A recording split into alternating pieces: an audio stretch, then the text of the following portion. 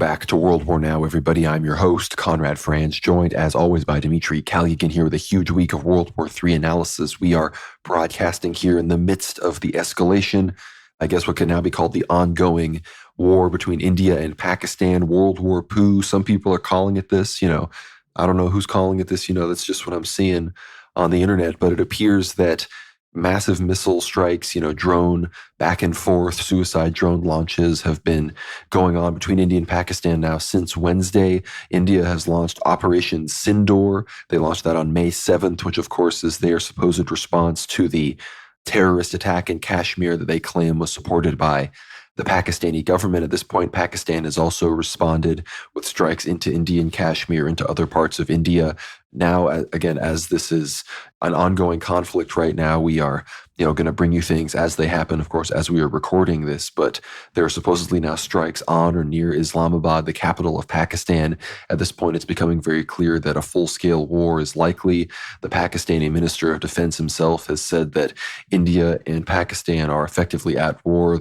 A full-scale war is effectively inevitable. These are direct quotes. So, it's going to get harder and harder to put this back in the box, as it were. So we're going to be talking about all of that, everything going on in Kashmir. Of course, China is there too, so much to discuss, many other parties getting involved. I want to encourage everybody to like this episode. Go down below, whether you're listening on Substack or YouTube. Give the video a like. If you want to support the show, be sure to get behind the paywall at worldwarnow.co. Listen to our latest Ether Hour episode all about the history of Syria, what really happened to Bashar al-Assad, and the future of that country in relation to, of course, the Greater Israel Project, which we're also going to discuss today as we discuss the Iran negotiations. Trump and Netanyahu supposedly on the outs with each other.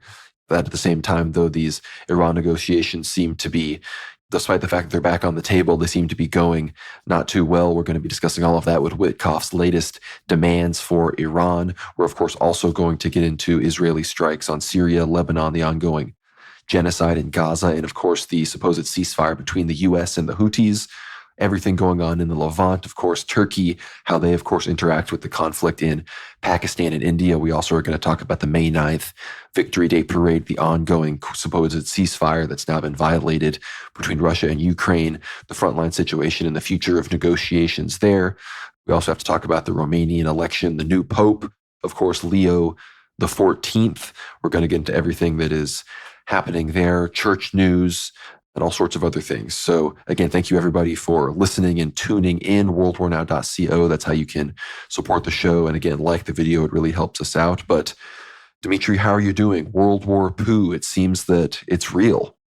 Absolutely, Conrad. It appears that the front, which not that we were least expecting, but it certainly is upon us, the front line of the subcontinent of India, the battle which we've been kind of predicting for a while, but we perhaps thought it would begin and commence slightly later. And the nucleus of World War III would perhaps be in the Middle East or perhaps in Eastern Europe. But here we have the first real battle between two nuclear superpowers, or at least self-proclaimed superpowers, emerging power countries, right? Members, or, India's member state of BRICS. Pakistan was denied essentially proper BRICS membership.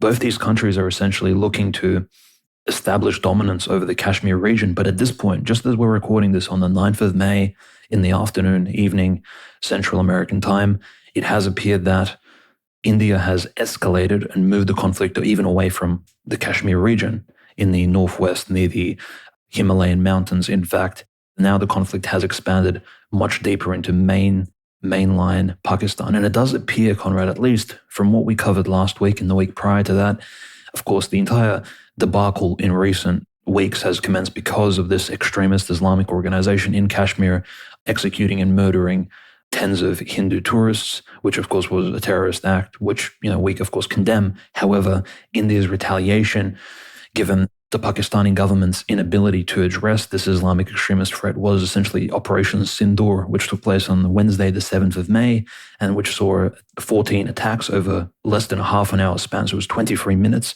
Indian planes, Sukhoi and MiGs Mikoyans, these are Russian-made planes, as well as free Rafales, which are French jet fighter planes, flew over Kashmir and bombed up to 14 different sites, which they claimed, just as Israel, for example, claims that it's bombing Hezbollah and Hamas sites in Lebanon and Gaza respectively, India claimed that it was bombing these Pakistani extremist sites in Kashmir, not, for example, declaring war on Pakistan. In some ways, Operation Sindoor by India was a self-proclaimed peacekeeping special military operation of sorts. So as we can see, this idea of not declaring war on one another, but simply conducting these special operations to resolve local issues has become a trend. For Turkey and Syria, for example, against the Kurds, for Israel against, of course, Palestinians, against the Lebanese, and in Syria as well. And everyone is using these particular local excuses.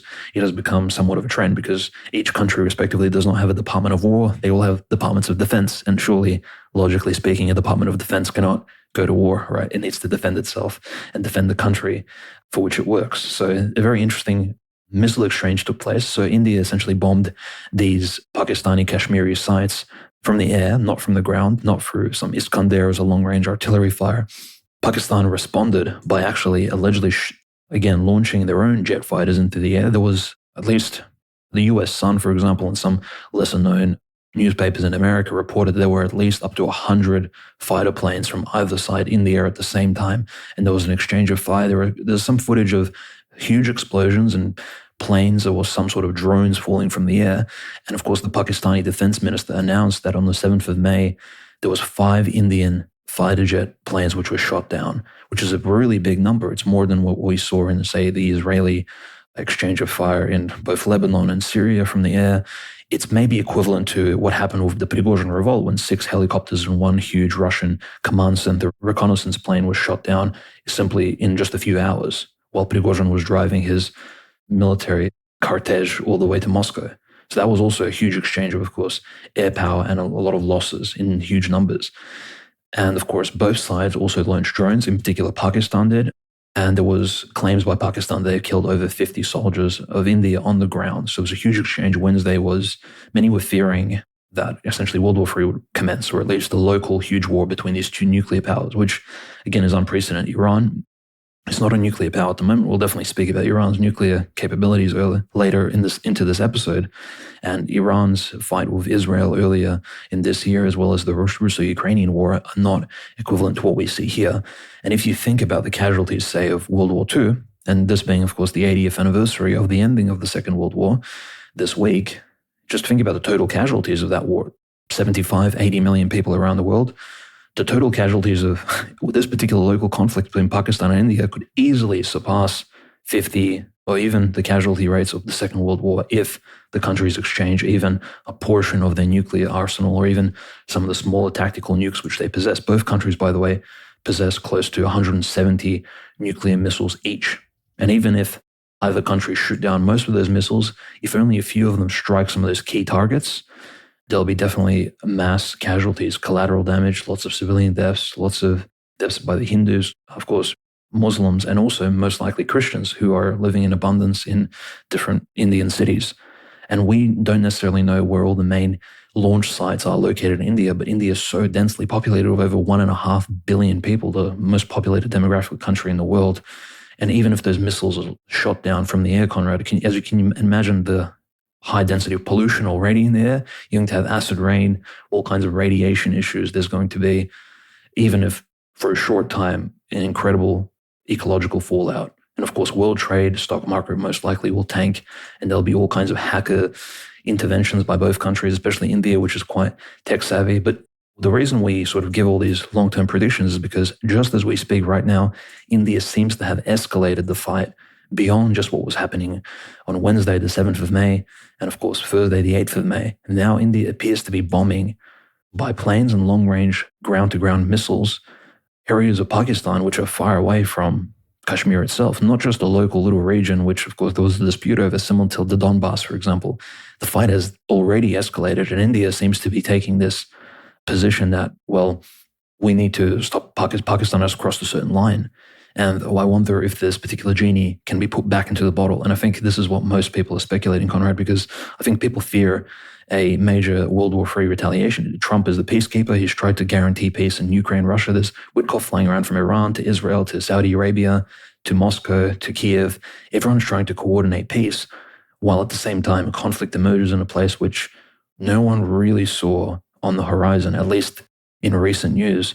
But of course, we all knew that this particular debacle was brewing for a long time because of, unfortunately, how the British Empire chose to divide these two nations and the sort of precedent that they've set in the Middle East as well. Notice most of these conflicts which we discuss all stem from the fact that the Freemasons, Shabbos Goy, and those Talmudic banking elites divided the world after the First and the Second World War, especially in these Middle Eastern and subcontinental Asian countries, and have turned it into a brewing cauldron. Just as, to quote Vladimir Putin, just like Lenin set up the mine of Ukraine, these mines which later exploded as like a timed bomb of sorts in Russia's province of Ukraine, Malorussia.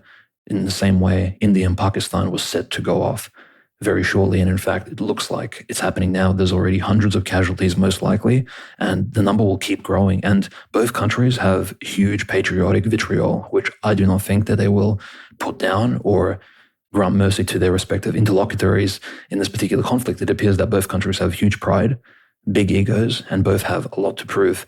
And the world is looking on in fear. And I think countries like China, with Xi Jinping being in Moscow at the moment, most likely he's flying to Beijing at the moment, are going to try and coordinate a peace of sorts. But what will stop these two predators, these two tigers from going at it? Not too sure. No, obviously it's not, like you said, it's not exactly the front that everybody thought would, forgive the expression, go nuclear so quick. But, these are the two, you could say, youngest, the two least mature, with, nuclear states with sort of the smallest arsenals. Obviously, Russia, China, the United States, France, even these countries all do have more nuclear weapons than, India and Pakistan. It might even be debatable who has more between India, Pakistan, and Israel at a certain level. And Israel's, not technically a nuclear state on the books, even though we, of course, all know that it is. And a lot of the JFK files showed us that obviously, what we knew to be true was very much real. But the ongoing situation, of course, in India, Pakistan, and as we mentioned before, it was precipitated by that terrorist attack in Kashmir, which supposedly was committed by this terrorist group, Jaish-e-Mohammed, also who work with this other group, Lashkar-e-Taiba, who are apparently the two groups that India was hitting with its initial Operation Sindoor strikes, which, you're correct, Dimitri, over 100, some say 125 jets were scrambled on both sides, making it one of the largest, quote-unquote dogfights that the aerial realms have seen since World War II. And again, up to 5 jets supposedly on the Indian side were either shot down or, lost due to some sort of technical difficulty, which we don't have a full confirmation on that. I've seen video evidence, I believe, of at least one or two, one of them definitely being one of the French Rafale fighters. And the rumors right now is that these were all shot down by a Chinese-made J-10 fighter on the Pakistani side, which, of course, in the midst of all of this, we know there's going to be a lot of propaganda. Many of these sources are coming from Reuters, anonymous American military sources speaking to Reuters, talking about this. So it appears that the potential for military superiority questions, Chinese technological superiority in certain conflicts coming to the fore. There's going to be, I think, a big propaganda battle, of course, fought on the military contractor side of things to figure all of this out, because there's a lot of Russian weaponry on the Indian side, a lot of American weaponry on both sides, Chinese weaponry on the Pakistani side. And of course, China, the other big player in Kashmir, is undoubtedly going to have to pick a side, which we know will be Pakistan. If, both sides formally declare war, there's ground mobilizations. Because again, right now, this is just surface to surface and jets, launching mostly from each other's borders across, the line of contact. On the ground, there's mortar fire, automatic weapon fire, but we've yet to see, a full-scale tank on the ground mobilization into other countries. But Pakistan is mobilizing many of its tanks as we speak. So by the time you're listening to this, of course, may have changed. Hopefully it's de-escalated, but there's a chance it will have escalated beyond, of course, what it even is right now. But any kind of resolution to this conflict, it's going to be hard because, of course, Kashmir, majority Muslim region. However, the city and region of Jammu within Kashmir, 65+% Hindu, well over 2.5 million Hindus in the region. Of course, many more millions of Muslims, but regardless of whoever ultimately gets full control, if it is India or Pakistan, there will undoubtedly be ethnic cleansing.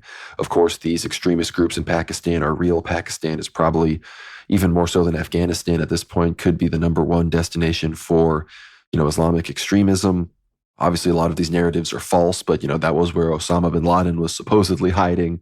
A lot of these groups are able to flee into the mountains of Pakistan. We, of course, know the whole Balochistan separatist movement affects Pakistan, Afghanistan, and Iran very dramatically. Iran constantly facing attacks from Baluchi independence groups down there. But this is, of course, on the very far opposite side of Pakistan and these regions. Islamabad, unfortunately for Pakistan, Islamabad is much closer as a capital to this conflict than, for example, New Delhi or other major Indian cities. So in the event of a major war, if India really starts to advance and escalate rapidly, they have a much stronger chance of threatening their capital.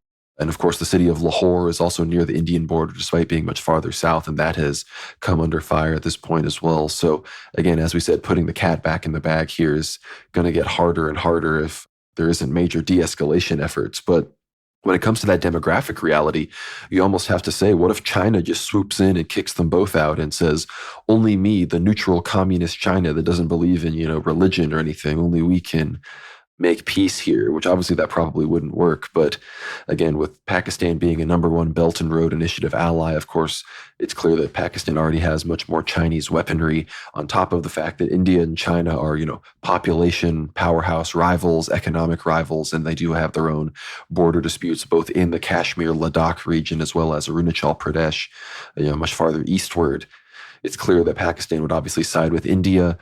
We, of course, have other big interference at this point. The main country getting involved is Turkey. They've already supposedly been delivering weapons to Pakistan. We've seen Turkish cargo planes landing in southern Pakistan.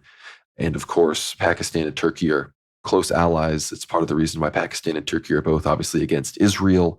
India, of course, very much on the side of Israel. So you can start to see how this would break down. But, if it wasn't for Russia, it would almost break down very evenly along the sides of the Israel-Gaza conflict. But Russia, ironically, is, if you had to pick, potentially closer to India based on, weapons sales, economic relations. India always maintained oil purchases from Russia despite many sanctions. They would often, I think, even deploy ghost fleets to bypass them. But that's not to say Russia isn't also allied with Pakistan as well. Iran also, ironically, sort of caught in the middle of things because they have problems with Pakistan. They also have problems with India. But very recently, Iran signed multiple unilateral agreements with India. So Iran and Russia, ironically, I think are going to become some of the biggest advocates for peace in this, on top of, ironically, the United States as well. Not that China won't initially signal that too, but I think China is much more motivated to support Pakistan and pick a side much more quickly than some of these other countries may be willing to. But Turkey, obviously, I think their interference, they're going to be selling a lot of drones to Pakistan. Pakistan, I think, has already deployed hundreds of Turkish drones against India in some capacity, even if they are manufactured in Pakistan. Turkey is sort of one of the nexuses. Turkey and Iran, ironically, are kind of the two sources for much of this drone warfare that we're seeing right now. So it's a very hot conflict, a very dynamic situation right now. Again, I'm checking my notifications as we're recording this continue to escalate. Of course, it's very fascinating to see. Of course, we pray for, peace amongst all of this conflict, of course, and we didn't necessarily see this one escalating to this level, but, it's very clear to see, with how centrally located this part of the world is, how this could easily expand out and reverberate and have, a direct impact on many of these other conflicts that we regularly discuss on the show. But do you have any other updates on the India-Pakistan situation, Dimitri? Obviously, the line of control, the majority of the territory, like India does hold the most territory of any one individual country. But if you consider Pakistan and China as allies, it's a very hard strategic situation for India. Yeah, of course, it does appear on one hand that India does have the upper hand in terms of both demographics, numbers, probably more jet fighters, the stronger economy, larger population, of course, has a much better navy than Pakistan, and it appears to have the support of the US. However, the US also had a great relationship with Pakistan in the past as well. Remember, Pakistan essentially allowed the US to almost cross its sovereign borders in order to get Osama bin Laden in 2011, apparently, under the Obama administration. Pakistan has had a great cooperation in the war against terror and, of course, aided the US in Afghanistan during the past few decades. So Pakistan has also had not a bad relationship, frankly, with America under Imran Khan. Now that Imran Khan's imprisoned, this is another thing. There's also, Pakistan is known for its unrest politically within the country itself. However, some of the strengths Pakistan clearly has is this Islamic cohesion, religiously speaking. They can proclaim essentially a jihad. It's imams, the muftis, that could proclaim a religious war against India. Doesn't look like they're going there just as of yet, but Pakistan also depends on some of their biggest allies, not just China for trade and economic support. And China, of course, we know how China treats their Muslim population. In the Uyghur regions, it's very questionable. Pakistan probably closes its eyes in relation to that and just chooses to cooperate with China in order to gain an upper hand economically, or at least to have parity with India in some capacity. However, Pakistan's sort of closest ideological allies and I would say geostrategic allies would be at this point Turkey and Saudi Arabia. These two pillars of the Islamic Sunni world. And we know that these two countries are also very well aligned with Israel, which is somewhat confusing. It does appear that both Iran is against, again, not the most friendliest relationship with but either Saudi Arabia and Turkey. Iran is Pakistan's neighbor. Iran is trying to normalize with India. And whilst India is in support of Israel very strongly, in fact, there are literally Indian soldiers fighting in Gaza, and they've sent commandos to support the Israeli IDF, both in the Gaza purges and in sort of cross-training operations throughout the years, not just in the last few years since October 7th. So there's been it's a very interesting conundrum of intertwined relations between all of these regional powers, and it's still a question as to who exactly will stand up for either nation and who will engage in some sort of on-the-ground support, not just rhetorically or in some sort of peacekeeping capacity. And I think the most curious thing is that both China and Russia, being BRICS allies with India, will be, again, forced to probably call for peace, for some sort of normalization, whilst at the same time, again, denying any sort of U.S. presence. We know that the U.S. the U.S. Navy is present in the Persian Gulf. I mean, Trump wants to call the Arabian Gulf. There's a lot of U.S. tech around the B-2 bombers, and Diego Garcia is still stationed there as far as we know. There's a lot of U.S. heavy material. If the region becomes heavily unstable, we could see the U.S. again coming into the region as some sort of peacekeeping force, at least on the coastal side of both India and Pakistan in the near future. And just on the cultural consideration level, as we've seen in countries, even in Eastern Europe, following the Second World War, now being the 80th anniversary exactly to the day, let's just consider the fact that most of these conflicts post-First World War have degraded in terms of culture and religious consideration, in terms of the mass, shall we say, sexual assaults, the wartime rapes that have taken place have escalated to a point of inhumane, crazy numbers since the Second World War. It's just really been unhinged. Humanity has lost that Christian moral, ethical foundation, it appears, since 80 years ago. And we've seen this gradually increase in its extreme sort of amplified elements. For example, in Africa, the Houthis and or the massacre in Rwanda, as well as, of course, the breakdown of Yugoslavia, which had a lot of these incredible reports of assaults. However, in India and Pakistan, it becomes even worse. Pakistanis are known for, shall we say, some of their wrongdoings in the UK, some of those, essentially slavery, sex trafficking, things like that, which have taken place. We know that also took place in other Islamic countries like Chechnya, Dagestan, when Russians were kidnapped during the Chechen campaigns. So I'm not saying that radical Sunnis aren't essentially averse to these sort of malpractices, shall we say, some sort of going back to the slave trade of the Islamic Caliphate and some of these other countries in past centuries, which we believed would have died down. Pakistan has a capacity to do that. At the same time, India is also known for these sort of wrongdoings in this aspect. And Indian culture in and of itself, the Hindu religion, and I won't really comment on the Sikhs because they're such a small minority, and frankly, they're mostly upper-class, rich Indians, right, who live and essentially rule the Indian elites alongside the hardcore Hindutvas like Prime Minister Modi. The Sikhs actually make up some of the best earners in India. There's almost no Sikhs living in Pakistan, I believe up to 30,000, and they don't hold high positions because of, again, this Islamic domination of Pakistan. But Hindu culture in and of itself, even the religion, it's very far from Christian norms of chastity, shall we say. It's hypersexualized. And of course, with this injection of modern capitalist consumerist degeneracy that we've seen since the 1960s, the liberalization of male-female relations, how will that express itself if the two countries go to war along the entire border? If the borders break down, border security and police forces are recruited into the military, we're going to see, of course, war crimes of unspeakable levels. In fact, it'll be very ugly. It won't be a pretty war. The footage in Ukraine and Russia will look like a children's cartoon compared to, I think, what we will see, even if the two countries do not exchange nuclear arsenals and they just go to war with, of course, tanks taking villages, etc. There will be a lot of cruelty and a lot of bloodshed and a lot of destruction of families and all these other things from both sides, I believe. And the aftermath, it's still, of course, in the air. As to who exactly will the Islamic world side with, clearly, of course, I think they'll support rhetorically Pakistan, but we've also seen the Muslim world shudder away from supporting some of their closest neighbors in Palestine, for example, or even in Syria, the HTS regime. The Sunni world has really closed in on itself in terms of actually supporting even up-and-coming regimes like that of HTS. Really, they haven't supported them against Israel.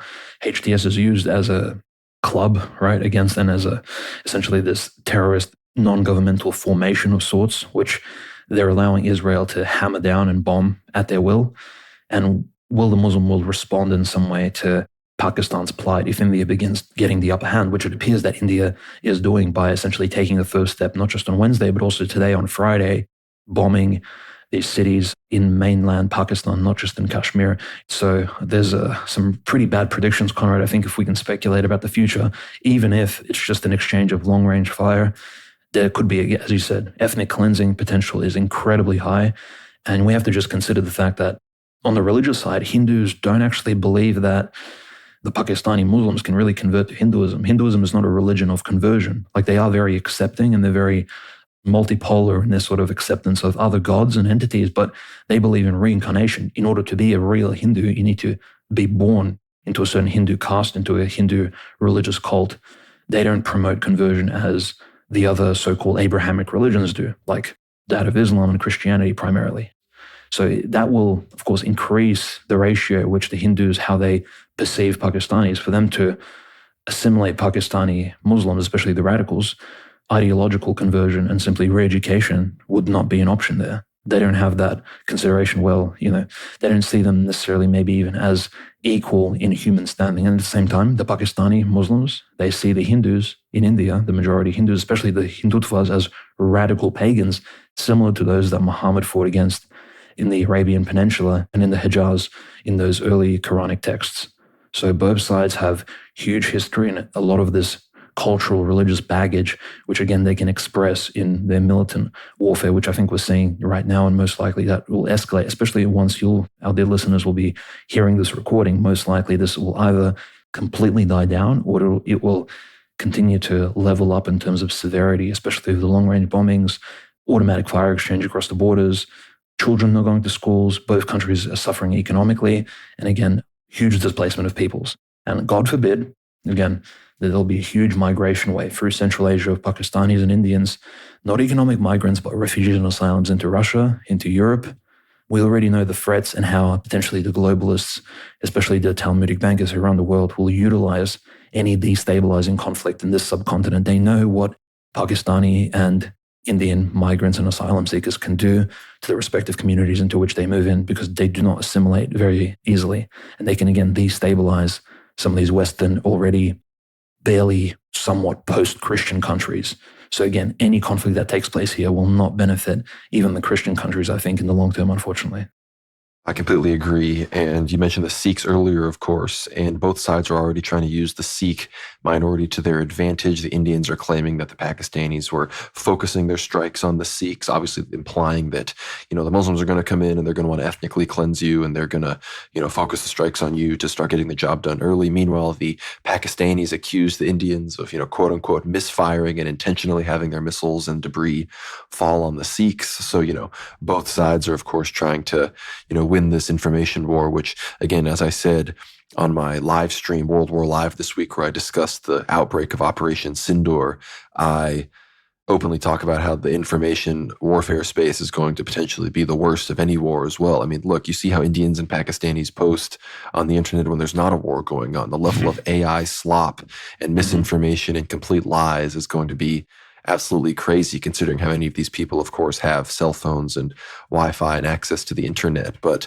an important question people have to ask, though, is, why did this start off so suddenly and so unexpectedly? And I think you have to ask if there, the potential for this terrorist attack in Kashmir having been some form of Indian false flag. And, maybe something akin to October 7th, maybe where it wasn't a false flag, but they had intelligence that it would happen and they very much allowed it to happen, because in the immediate aftermath of it, some of the propaganda was very overwrought. It was, it's reports of these, Islamist terrorists, shooting a bunch of men and making the women watch and saying, I let you watch and let you live to tell Modi, to send him a message, like all this kind of stuff. It's like, man, this is very this is like intentionally, provocative propaganda and everything, which, obviously that's what terrorism is. But, it's just a very interesting question. And the question then becomes, who would benefit from India going to war with Pakistan at this time? And, not to make it all about Israel and the Jews, but let's consider if Israel is about to escalate with the Islamic world, with Iran, with Turkey, they have this conflict ongoing with Turkey, again, Iran is attempting to emerge as a fledgling nuclear state. Besides that, which Islamic country has nuclear weapons? It's just Pakistan. And if Pakistan is, bogged down in a war with India, then Israel might feel a lot more comfortable confronting countries like Turkey, countries like Iran, reconfronting the Houthis, of course, in Yemen and these other groups. So, this is an important thing that we need to consider in light of everything going on there. And again, as we are recording this, it does appear that more and more airstrikes are being launched by India across Pakistan's border, striking their multiple air bases, huge explosions seen at Pakistani air bases, and Pakistan's reported to have responded with, hundreds and hundreds of drones, with India immediately reporting civilian casualties. So again, at this point, we're probably well over 100 civilians supposedly dead. We have no idea the full extent of the troop casualties. So again, it seems that this could be becoming a full-on hot conflict where two states actually at the official level declare war. So keep the whole situation in your prayers. But unless you have any final words on this one, Dimitri, we do have to talk about, of course, the negotiations happening just westwards in the Levant. And this is probably the latest news. This is from Middle East Spectator. U.S. Special Envoy Steve Witkoff on the Iranian nuclear program. These are his conditions that he has for the upcoming meeting and for the negotiations to continue. He says no uranium enrichment program in Iran can ever continue again. Iran's 3 enrichment facilities in Natanz, Fordow, and Isfahan must be fully dismantled. Iran can no longer possess enrichment centrifuges. Iran's current stockpile of uranium must be sent away to a distant location. Witkoff states that if the above criteria are not met, there will be no nuclear deal. Iran has stated multiple times that the above requirements are totally unacceptable. So it appears the negotiations are now fully poison-pilled. This is very interesting because this comes amidst what is supposedly, at least according to the press, according to leaked memos, according to close Netanyahu advisors speaking to the press, a huge split, Trump having completely cut off communications with Netanyahu. This, of course, happening amidst the new nuclear deal with Saudi Arabia, where Saudi Arabia will be granted, the ability and permission to have a civilian nuclear electricity program without having to recognize and normalize relations with the state of Israel. Because, of course, Saudi Arabia refuses to normalize with Israel until a Palestinian state is created. This also comes amidst Donald Trump's insistence, and rather his supposedly, he's very proud of the ceasefire between the Houthis and the United States, where the Houthis claim they will stop targeting U.S. ships in the Red Sea, that they will stop their blockade of the Red Sea, and there will no longer be strikes by the U.S., for example, on Yemen. But the Houthis will very much continue their strikes on Israel itself, which apparently the U.S. are going to, in some capacity, allow to happen and not retaliate. We're going to get into more of that in a second. But as far as the Iran nuclear deal, they do have upcoming negotiations, I believe, this coming Sunday, which is when this episode should be released. But obviously, as I said, these are not conditions that the Iranians are going to agree to. And I remember right after all of the stuff was announced where Donald Trump is supposedly cutting off Netanyahu, he's fed up with the Israelis. We know, of course, that Mike Waltz was demoted to U.S. ambassador to the United Nations from his post as national security advisor, pretty much because he was exposed as an Israeli spy, somebody who frankly should be charged and executed for treason if you were being honest about what was really going on. But instead he just gets, a little demotion.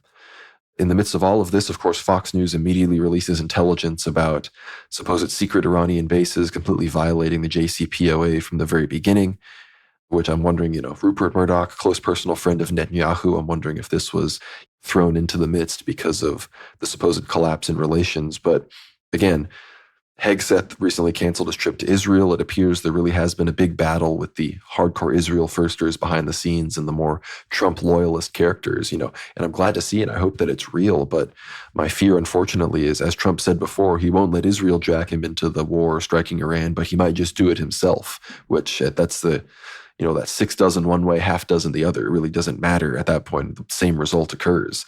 And when you pile that on top of the reality that Israel has already made it very clear that they will strike Iran themselves, And, now that apparently there's no relations or communications between Netanyahu and Trump, I wouldn't be surprised if Israel resorted to something like that very, very soon. So I'd love to hear your thoughts on, this escalating situation, as it appears that, Trump may be decoupling from Israel, but that doesn't necessarily mean peace with Iran is on the horizon either.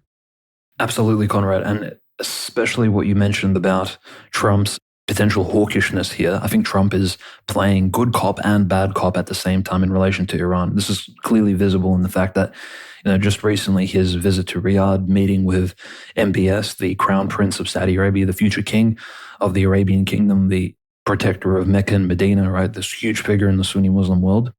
And the deal that he made with the crown prince essentially and Saudi Arabia, stating that they can develop nuclear civilian capabilities without any normalization of Israel, without sort of broaching any of the issues they have with, of course, the Israeli mistreatment and the genocide taking place in Gaza. And this is very interesting. It appears that it's a very public, notice how much it was publicized that Trump traveled himself to Saudi Arabia and he made this a deal, right? The art of the deal itself with MBS. And it's a show. It's a show not for even the Arab world itself, not just for Turkey and the Sunnis, but it's a presentation to Iran that, look, if you're willing to come to the table and have these discussions, we don't actually require a normalization of Israel. You don't have to, for example, play down the anti-Semitic rhetoric. You don't have to cancel out the anti-Semitic remarks that you keep making and that you have made since 1979 and play down your hawkishness in relation to Israel. However, you do need to abide by the conditions which are set by the presidential aide, Witkoff, right?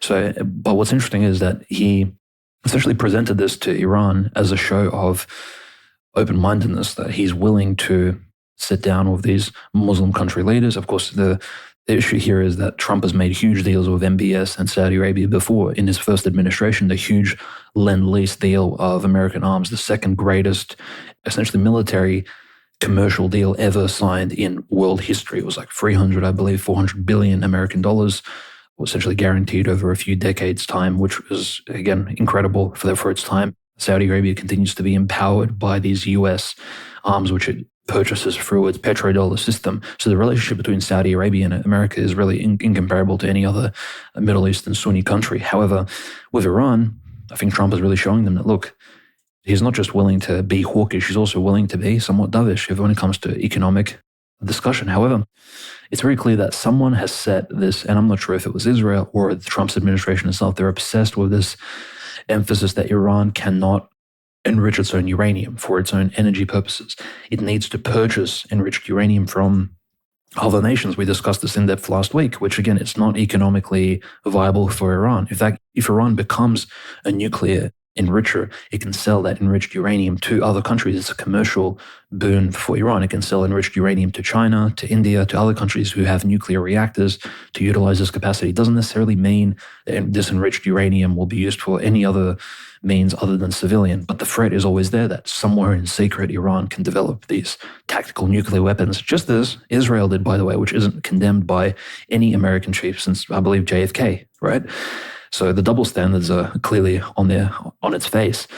And I think the normalization with MBS recently is also a consolidation of, this is what they spoke about publicly, Conrad. What did they speak about in private? Could this be that scary three-way alliance, which we spoke about earlier this year and again in late 2024?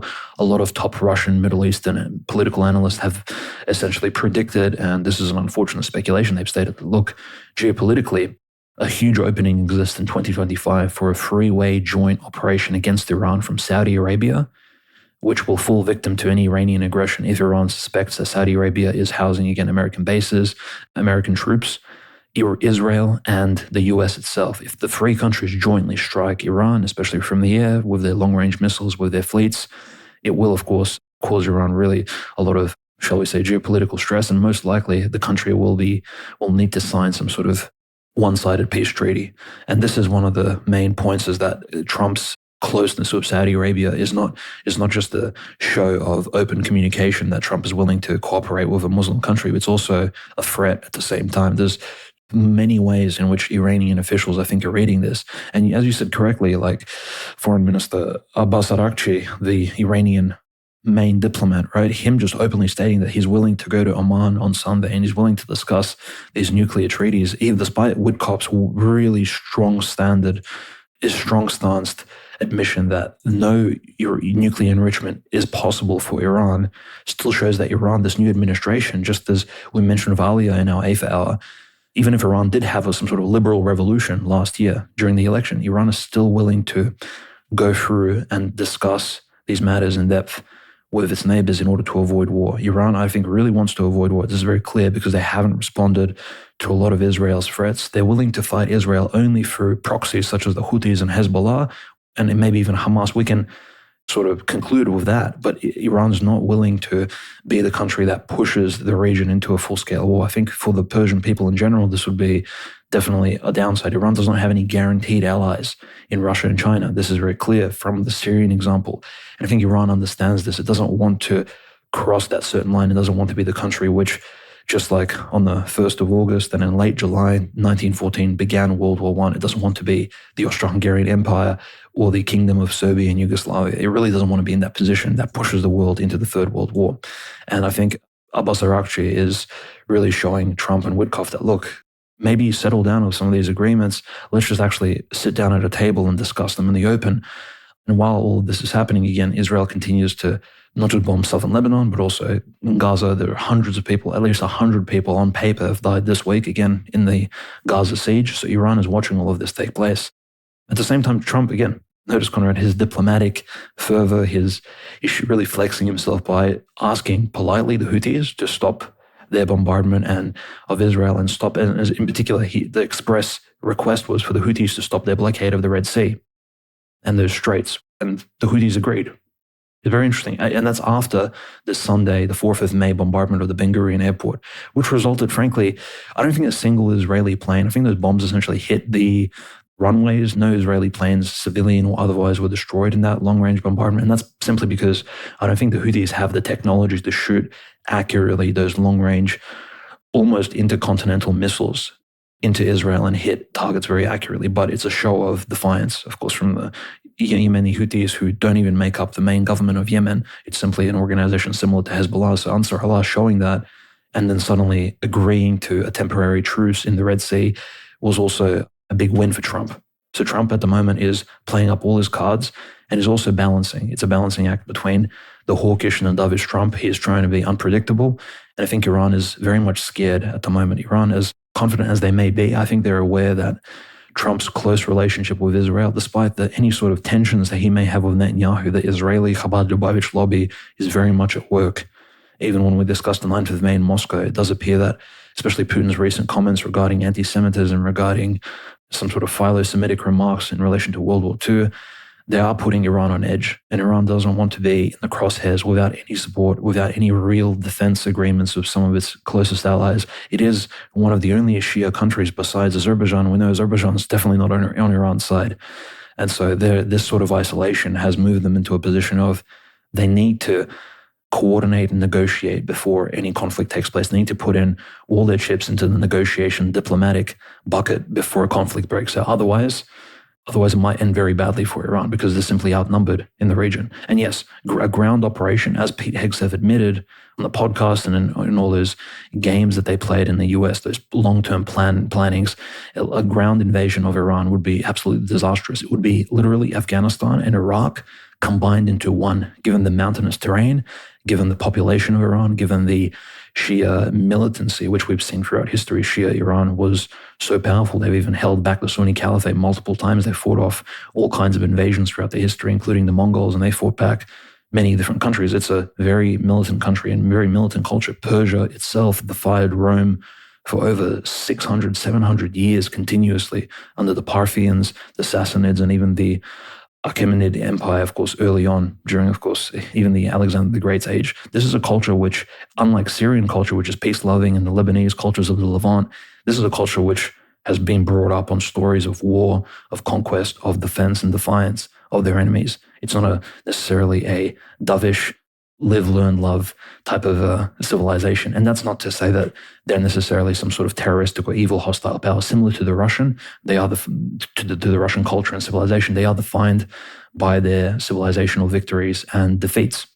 And so I think this is very clear. And this is why Iran most likely wants to first put all of their emphasis on diplomatic solutions before, again, some sort of a regional massive conflict emerges with Israel and the US. But as you said, Conrad, Trump is incredibly unpredictable, both diplomatically and domestically, international relations wise. And we know that Israel could at any point literally strike at some of these facilities because Iran is not actually adhering to these calls to shut down these 3 or 4 facilities, which the US is pointing towards. They're saying, look, these facilities need to be shut down. All experimentation around nuclear enrichment needs to be stopped immediately. Iran's stating that it's sovereign and these facilities are used for strictly civilian use. And there's no concession from Iran at the moment, besides the fact that they're willing to sit at the table. And this, again, may trigger the Israeli Jews to the point of no return, and they may, in fact, take the first strike, which will force both the US and perhaps even Saudi Arabia into an all-out war. Oh, that's exactly the situation. And of course, the casus belli Israel is going to use for those strikes, of course, is this Houthi situation, which, again, this is the latest statement from Abdul Malik al-Houthi, the leader of Ansar Allah. He's the reason why they are called the Houthis. He said, the Americans launched another round of aggression against our country, hoping to achieve what they previously failed to, but they failed again and suffered great losses. This is all after Trump, did praise their bravery and said they came to a deal. But this goes on to say the Yemeni leader denied President Trump's claims that the Houthis had capitulated. The Yemeni position was never, as claimed by the criminal infidel Trump, one of pleading or surrender. That is farther from reality than the sun itself. The U.S. Houthi ceasefire doesn't apply to Israel, and Yemeni attacks on Israel have continued. Our position has not wavered or weakened, rather it remains strong and integrated. At no point in the struggle have we ever considered speaking to a criminal enemy in the language of surrender, pleading, or weakness, al-Houthi said. The Houthis have maintained that they will continue attacks on Israel and the blockade on Israeli shipping until the siege in Gaza has lifted. Our clear and declared priorities to support Palestine against the Israeli enemy. Al-Houthi said the U.S. military says launched over 1,000 airstrikes on Yemen, and the U.S. bombing campaign took significant toll on civilians, killing at least 206, wounding 366 from March 15th to April 31st. Supposedly, this whole bombing campaign's cost the U.S. well over $1 billion this year. Obviously, the whole time the Houthis were targeting Israel. And at this point, though, the Israelis, they did succeed in striking, I believe it was about 200 meters outside the gates of the Ben Gurion airport itself. It caused a lot of flights to go down and get canceled. So that's, they've clearly made a point that, they're trying to enforce what they're calling an air blockade as well, down all flights. They're doing everything they can, maximum pressure from how far away they are from Israel to impact. But Israel has directly said that if the Houthis continue this and this campaign on them continues, they will just start striking Iranian targets in response to Houthi strikes. So, because it is clear that despite a massive American bombing campaign, the Houthis remain unfazed and are still capable of having missiles strike down well within Israel itself. So the Israelis are like, we're going to go to the source, and they're obviously going to use this as a reason to strike Iran, and the U.S. isn't going to be able to say anything about it because they, ostensibly were forced to, according to al-Houthi, basically capitulate in their assaults on the Houthis and, in hopes that they would have their ships be allowed to go through the Red Sea. But, again, despite Israel claiming to be the victim because a single Houthi missile, strikes down near the airport by chance, they have done massive strikes across Lebanon, suburbs of Beirut, southern Lebanon, still going after deep underground tunnels and other military outposts of Hezbollah, which, if supposedly, according to the Lebanese forces, if 90+% of the Hezbollah infrastructure had been dismantled and integrated into the Lebanese army, I doubt Israel would be doing these enormous strikes. You have all of this going at the same time as Israel continues to advance deeper and deeper into Quneitra and other parts of Syria. They've raised the flag over multiple new outposts and settlements. So the annexation and expansion of Greater Israel very much continues, of course, on top of the plan in Gaza, where not only are hundreds continuing to die, but it's openly being discussed that all of northern Gaza is going to be completely annexed into Israel, and they are now pushing all civilians down into a small civilian safe zone in the southern part of Gaza. At this point, it's pretty clear the plan is eventually just to push them into the Sinai Peninsula and force Egypt to take them, or force Egypt to eventually send them to Somaliland, Malaysia, Indonesia, Europe, who knows? But the genocide and ethnic cleansing of Gaza is actively underway, and they are moving, into phase 3, 4, like they're well past any of their initial phases that they supposedly rolled out for that hostage deal. It was all a lie. They always have been moving forward with a secret Greater Israel ethnic cleansing genocide plan, and it never really got interrupted at all. And that's what we are, witnessing right now. But The big news out of Syria, of course, is that the PKK has decided to lay down its arms. Of course, the leader of the PKK that's been imprisoned in Turkey has been calling for them to do this. Of course, they cut a deal with the Turkish authorities, but now the PKK authorities, who I'm sure are centered in Erbil or in the ones in, Syrian Kurdistan, Rojava, they've also agreed to do this. I don't know how this is going to affect the SDF, the American Kurdish presence in the region, but this will undoubtedly have an effect on allowing Turkey to consolidate more and more power in this region across Syria, Iraq, the Caucasus, even. So, big news there. I think more details are going to come out in the future, assuming that isn't, of course, fake news, but, it was announced from Kurdish sources. So that is big news. Of course, the other big breaking news from India, Pakistan, as this continues to go on, Pakistan has announced that India needs to wait for their response because, of course, it's been confirmed now by the New York Times that, 3 large strikes landed on the Nur Khan Air Base, which is south of Islamabad, which makes it even farther away from the Kashmir region than Islamabad itself. This was confirmed by New York Times correspondent Salman Masood. And this is a large air base, and there's even in the area now, massive amounts of Pakistanis are surrounding the area, demanding a Pakistani military response to this. They're shouting, Pakistan Zindabad, which they all yell at the Indians all the time, which means victory to Pakistan. So undoubtedly, we're going to see more and more on both sides. I'm sure in the cities and in settlements, we're going to see people coming out and calling for each side to escalate. So gonna stay posted. Follow World War Now on Telegram at World War Now Telly to stay up to date on everything in the India-Pakistan war, World War Poo. But Dimitri, I'd love to hear your thoughts on the situation in Syria, in Greater Israel, as of course this Kurdish situation develops, and India and Turkey, of course, obviously going to be involved in Pakistan as well. It seems that their influence does continue to grow. Yes, of course, the situation, of course, is ever escalating.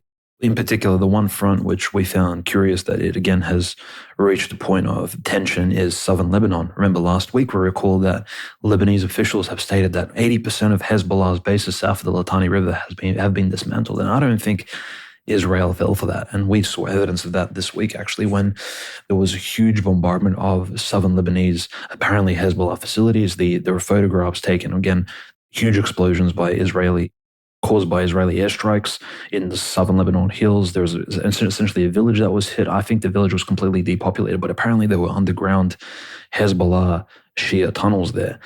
And so Israel was, again, not really relying on the majority Sunni and Christian government of Lebanon to guarantee that these bases were, demilitarized by the authorities of Lebanon, and they're taking things into their own hands. One civilian was killed in these bombardments. There was at least 8 wounded, most likely even more.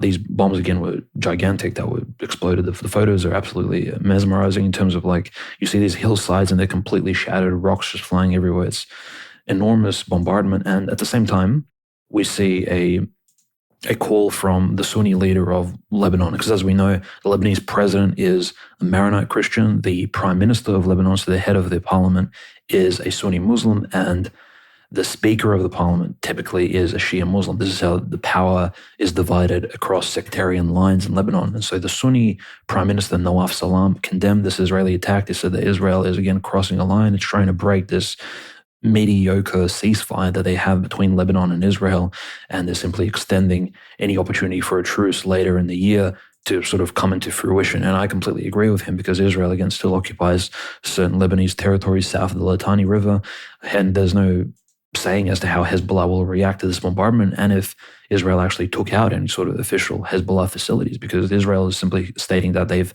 scanned out these particular hillsides and villages, and there's Hezbollah infrastructure down there. There's this arm depots and things like that, Hezbollah missile launchers, which need to be taken out. And again, Israel has just taken matters into their own hands, completely zero accountability to anyone, no international authorities, no United Nations, ICC, no discussions with the US as to who it can bomb. And again, nobody asks permission from the Lebanese government. So the Lebanese government here is in a very subservient position. But at the same time, another government who is in a very subservient position to Israel is Syria's former HDS, former al-Qaeda leader, al-Jalani al-Sharaa, who confirms that, remember last week there was the bombing of the Damascus presidential palace, essentially just 500 meters away from it, less than a kilometer away. Israel just flew a plane, bombed, essentially almost hitting the presidential palace, which is a huge sign of disrespect to Mohammed al-Shara himself.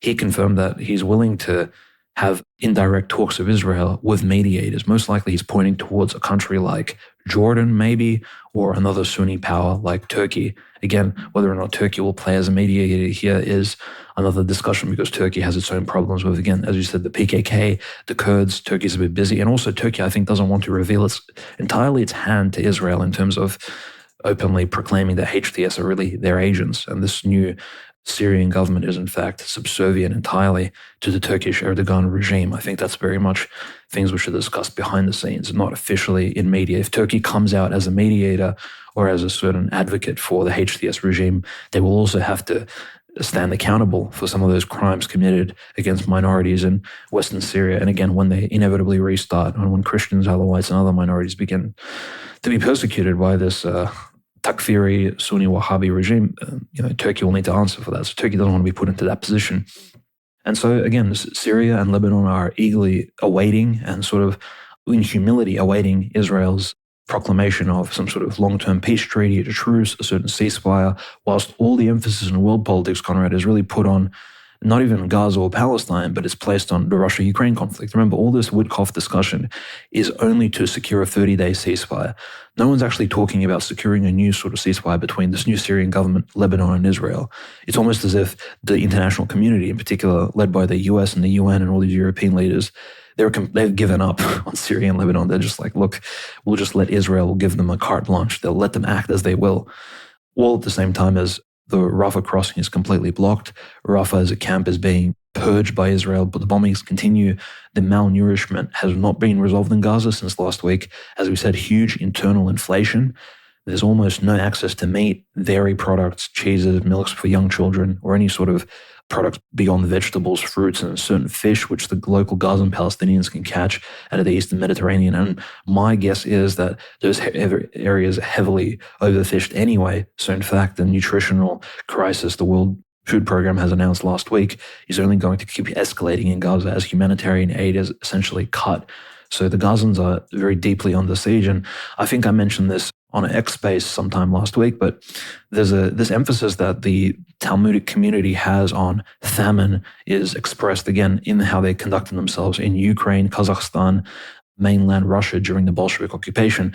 It's essentially they try to recreate the circumstances that the Edomites, the Goyim, put upon them when Jerusalem was besieged by the Romans, and the Judeans and those, again, leaders of the Sanhedrin, the Pharisees and the Sadducees who led the Jerusalem zealot community who fought against the Romans and revolted against them were forced essentially to starve in those siege conditions. It's almost as if they're recreating that in their own theater of choice, that is Gaza. So they're very much obsessed with causing the Goyim to starve. That's one of their sort of signature moves I've seen throughout sort of history, especially when they get into power in certain ways. Very sort of interesting. You can probably trace that back to some of those historical gripes they have, which is, this is why they're obsessed with misquoting the Old Testament with references from the Talmud, etc. They're very much all about recreating history and sort of recreating in the modern sense and remaking the world, tikkun olam, in their own image, again, in the sort of Talmudic fashion. At the same time, we have figures like Mahmoud Abbas, the head of the West Bank Palestinians. In fact, he's the Palestinian president, sort of, which Hamas doesn't really recognize, the head of the PLO. We see him traveling to Moscow for the 9th of May parade. So we do see, again, that continued emphasis, I think, from Russia, the Russian authorities, in this Palestinian question that they don't necessarily, even though they speak to Hamas, they still see Mahmoud Abbas as the head of the Palestinians officially on paper, just as they see Netanyahu as the correct and righteous prime minister of Israel, which is why Netanyahu is not strongly condemned by the Russian government. I think the Russian government very much is putting a lot of weight on the normalization between the PLO, the dying down of the zealotry of Hamas, and the normalization between the PLO and Israel. I think that's where the Russians are putting their bets on, which again is unrealistic because the Palestinian community has been heavily radicalized through the death of probably easily over 100,000 people at this point, and maybe as many as 200,000 in Gaza, Palestine, and hundreds, maybe even thousands in the West Bank. So there's no going back to normal after this, I think, without Israel giving huge concessions to Palestinians in regards to autonomy, some sort of secular forms of autocephaly. And yeah, we do see, again, Lebanon suffering greatly from these bombardments. Again, many injured. Syrians are waiting in fear without any use. So unlike the India and Pakistan, Conrad, which can actually shoot down these drones and each other's planes, Syria is not able to shoot down any Israeli planes, neither is Lebanon. So they're simply waiting for these airstrikes to happen. And it does appear that the conflict outside of Eastern Europe is an airstrike-heavy conflict. It is a conflict in the sky more than it is a conflict. At least it hasn't escalated on the ground as much outside of Gaza. So it's very interesting how these things continue to develop, all while, again, that humanitarian angle is constantly stressed. The Syrian economy is essentially bankrupt. It cannot rebuild its military. It cannot buy guaranteed equipment from Russia and some of these other big arms traders. No one trusts the former al-Nusra Front, HDS regime. No one trusts, again, the Lebanese government is not able to buy anything. The country is, again, in an economic crisis. Even Turkey to the north is still suffering from heavy inflation while taking credits from international banks in order to rebuild, again, not just their military, but a huge navy. So everyone is very much focused on themselves, and everyone's in a rat race, essentially, to build up their militaries to a point of defense so they can protect their own sovereignty. And unfortunately, countries like Syria and Lebanon are just not able to do that. I think the only country which is looking out over the Jordan River, the country of Jordan itself, is very much looking on in fear. One, because of a potential radical Sunni revolution that can take place within, and also because at what point does Israel simply expand its Greater Israel project into their borders, under some other pretext? If there is a colored or Islamic revolution in Jordan, Israel will use that and come in under the auspices of, well, we're simply coming here for a peacekeeping special military operation, as we've done in southwestern Syria, and they will take over large swaths of territory and expand their dominion over this Greater Israel project geographic plan. And this is, again, the ever-present threat, I think, in this Levantine region.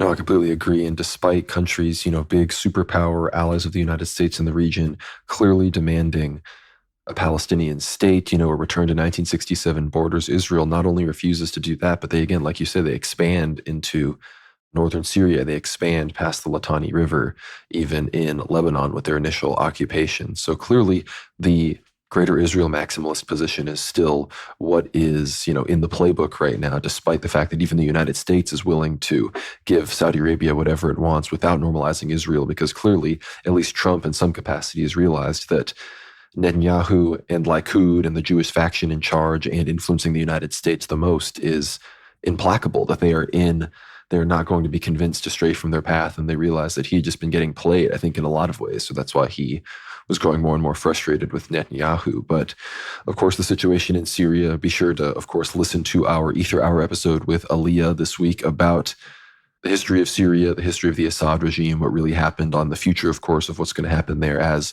Greater Israel expands. The big news, as I said, was it's very likely, they haven't officially announced it yet, but that the PKK is going to announce its decision to disband. This has been announced by the pro-Kurdish party within Turkey, has been working on this as well. So that will end supposedly a 45-plus year insurgency between these Kurdish militant groups, and Turkey would be a big diplomatic, even military in some capacity, victory for Turkey. And again, Turkey becoming such a big player regarding the Pakistan-India war. It's a huge player in Syria. It's supposedly becoming the number one confronter of Israel. Of course, it's Azerbaijan's number one ally. And of course, very recently, it was even asked to become the primary negotiator in the Russia-Ukraine conflict, which, again, we're going to get to that in a second. But of course, the situation with all these other Turkish countries, because again, the Pakistani connection, Pakistan almost is, parts of it form the end of that Turkish belt, of Kazakhstan, Azerbaijan, Turkmenistan, Uzbekistan, Kyrgyzstan. These countries all have, Turkic languages. Tajikistan, of course, is the lone Persian language among them. But the ironic thing about the situation, and I'm pivoting towards the Russia-Ukraine conflict, is Turkey has been, of course, asked to basically take the U.S.'s place as the primary third-party negotiator. Erdogan, of course, and no Turkish delegation was present at the Victory Day parade.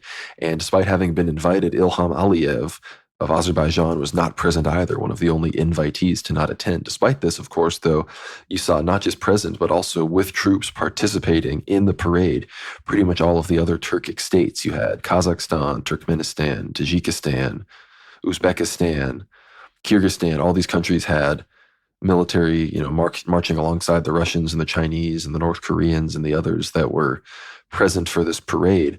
And I thought it was so interesting because, Turkey, Azerbaijan not represented, all the other countries represented. It's the exact same situation regarding Cyprus, where Turkey, of course, recognizes Northern Cyprus. Azerbaijan indicates that it will and supports other countries recognizing it. But very recently, all those other countries, Kazakhstan, Uzbekistan, Kyrgyzstan, I think Tajikistan as well, if not also Turkmenistan, they all decided to recognize the Greek Republic of Cyprus as the sole legitimate political entity over all of Cyprus. So very interesting. And hopefully, if those other countries are siding with Russia, perhaps Russia is starting to wise up to Turkey as not so much of an ally, but more of an enemy. And that would also indicate that Russia would be more inclined to potentially side with India against Pakistan, if Pakistan, of course, is closely aligning with Turkey. But one of the big moments recently regarding Russia-United States diplomacy regarding Ukraine was J.D. Vance and others. He recently said Russia can't expect to be given territory they haven't even conquered yet. J.D. Vance, U.S. Vice President, declares the U.S. will not support an agreement for the entirety of Zaporozhye, Kherson, Donetsk, and Luhansk, which Russia has yet to capture fully. And of course, this comes immediately after the announcements from the U.S. that they will no longer be flying everyone around. We probably can't expect too many more Witkoff flights to Moscow anytime soon. And of course, this, from my perspective at least, is giving the Russians a much more clear indication that they need to advance, frankly, more quickly and, really start establishing the situation on the ground militarily, because it's clear that U.S. aid will probably be ramping up if this is going to be the position. But of course, Turkey has been called on to be a negotiator. Some people are calling on China to act as a third-party negotiator. So, Dimitri, what do you think? Do you think Turkey, because there have been, rounds of negotiations between Russian and U.S. officials in Ankara, in Istanbul in the past few months as well. They haven't been as talked about because some of them have been exclusively diplomatic and economic negotiations, not about the war in Ukraine itself. But what is the ongoing situation on the front line in the war, before we talk, of course, about all things regarding the parade in Moscow and, what will this idea that Turkey needs to become the main negotiator, what's the situation going on there? Yeah, in fact, Putin's proposed 3-day ceasefire commencing, I believe, on the 8th of May, going to 9th of May, and of course concluding on the 10th of May for the 80th anniversary of the end of the Second World War, as the Russians were conducting the parades and again inviting all these world leaders, many of whom still deal with Ukraine economically. For example, Xi Jinping, we know that China sells huge amounts of drone technology, or at least parts of drones, which Ukraine then turns into battle drones, which they send to Russia, for example. So Ukraine and China still have a huge relationship, and it would look incredibly stupid if Ukraine sent a drone swarm to attack the Kremlin or Moscow during this parade, of course, endangering not just Xi Jinping, but some of the other Chinese officials and the Chinese troops stationed there. So fortunately enough, despite the terroristic proclamations of certain Ukrainians on Telegram and stuff that they need to bomb the parade, nothing really took place. However, the front lines, just as Putin promised, were incredibly quiet. So you've had almost no movement on the Zaporozhye side, especially on the west bank of Zaporozhye. On the western side, completely quiet. Pokrovsk has been incredibly silent. There's obviously that same fighting over the village of Zverevo, but again, very positional, and Kotelnaya as well, as the Russians are still trying to progress, but they have slowed down. In fact, President Putin has ordered a one-sided and unspoken statement that Russians will not be pushing forward and they will only retaliate when shot at or when confronted by Ukrainians on the positions at which they're standing at the moment for this 3-day period. And probably, as you're listening to this episode right now, this 3-day short-term ceasefire, which is, I think, the first ceasefire which really has worked since the beginning of the SMO, in fact, since February 2022, which the Russians have upheld. So it's quite a big deal that the Russians were even willing to commence with a ceasefire for the 9th of May. Because remember, there were previous ceasefires which were proposed for the feast days of Easter, Pascha, Christmas, New Year's Eve, for example, which none of them were upheld, none of them were solidified. Zelensky, of course, declined for a ceasefire, and he continued to force the Ukrainians forward. So most of the fighting, in fact, didn't take place in Luganskaya Oblast or Donetsk, in which were incredibly quiet, besides, of course, Zverevo and Kotelnaya near Pokrovsk. There were no movements in those three oblasts, and the main fighting was taking place in the Kharkovskaya Oblast, surprisingly, on the border between Ukraine and Russia, as well as in the Sumskaya, Kurskaya Oblast. In fact, Ukraine began assaulting. So in that small buffer zone pocket, that security zone that Russia created in Sumy, just to the west of that, so closer to Belarus, Ukrainians began assaulting the Russian border there from Sumy. So they're trying to maybe force like a Kursk 2.0 type situation, or maybe they're trying to distract the Russian assault just to the east. Maybe they're trying to get us around, but the Ukrainians have failed to breach. The Russians, again, have actually taken their border security seriously after the Kursk and the Belgorod Oblast incursions. So they've begun actually buffing up the borders. They've put down tank traps, mines, and the Ukrainians failed to breach that, but they have, and they're still fighting there at the moment. Heavy shootouts, all kinds of artillery fire, drone fighting taking place in the Sumskaya, Kurskaya Oblast, which is very interesting. So Ukraine has actually gone on the offensive during this ceasefire in those northwestern regions of the conflict. The other area of interest, which I think many were not really expecting, because the Dnieper is somewhat uncrossable, is really this impenetrable line of defense, is that there are rumors, and I'm not 100% sure if it's confirmed. People like Oleg Tsarov and some of the other frontline big journalists who report on the news haven't confirmed, but there are apparently reports that Ukraine has crossed the Dnieper and they've landed on the left bank, that is the eastern bank, the Russian bank of the Dnieper in the Khersonskaya Oblast, which is unprecedented. Mind you, they have been bombing the Russian side of the Dnieper as well, of long-range artillery, for the past months. And they've also escalated that bombing on the 6th and 7th of May. So in fact, almost as if preparing for a ground assault, or at least crossing the Dnieper in some amphibian fashion, maybe to try and get a foothold on the other side. It's a very interesting situation. I do believe Russians most likely have some defensive formations located in Khersonskaya Oblast, but there aren't any large cities there which the Russians can, for example, protect or fortify. So the real question is just how much defense and how many troops do Russians have in Kherson in order to defend themselves if the Ukraine landed a huge number of troops on that border of the Dnieper. So probably a story which will continue to develop. We'll probably get a more accurate report on the next World War Now episode. Or again, as Conrad said, follow the Telegram. If there are big developments, we'll most definitely post about them on Telegram, Twitter, etc. And again, the other big move was by the Ukrainians was launching a huge, unprecedented drone swarm at Russia. I believe it was on the 8th of May, leading up to Victory Day. Over 524 drones were essentially shot down, confirmed by Russia. And that means there was probably a lot more actually launched into the air, maybe close to 700 drones in one day. They were targeting the Bazarts and Splav military plants located actually closer to Moscow. And there was a Kubinka military airfield near Moscow, which was set on fire by some of these drones actually exploding or maybe crash landing as the Russians shot them down. So huge drone swarms actually launched by the Ukrainians, surprisingly, whilst the Russians have not launched any drones for already 2 days now. Most likely they'll keep up this ceasefire that they've agreed to. So President Putin really is keeping his word, which does point, Conrad, towards the fact that Russia is willing to at least adhere to maybe even a test ceasefire of sorts to see how the Ukrainians will play out. Rhetorically speaking, Kiev has already confirmed that they are willing to sit down for some sort of ceasefire discussion. Remember, the Witkoff, the Donald J. Trump proposal is for a 30-day ceasefire along the line of conflict, which, again, doesn't benefit Russia in the long term, but perhaps, in fact, will benefit Ukraine in order to allow them to consolidate their strength. The Russians, however, they have won out. They've actually gained territory since the initial discussions, since the inauguration of President Trump and his promises to end the war in a single day or something like that. The Russians have, of course, regained Kursk. They've pushed the Ukrainians more or less out of Belgorodskaya Oblast. They've gained land in Sumy.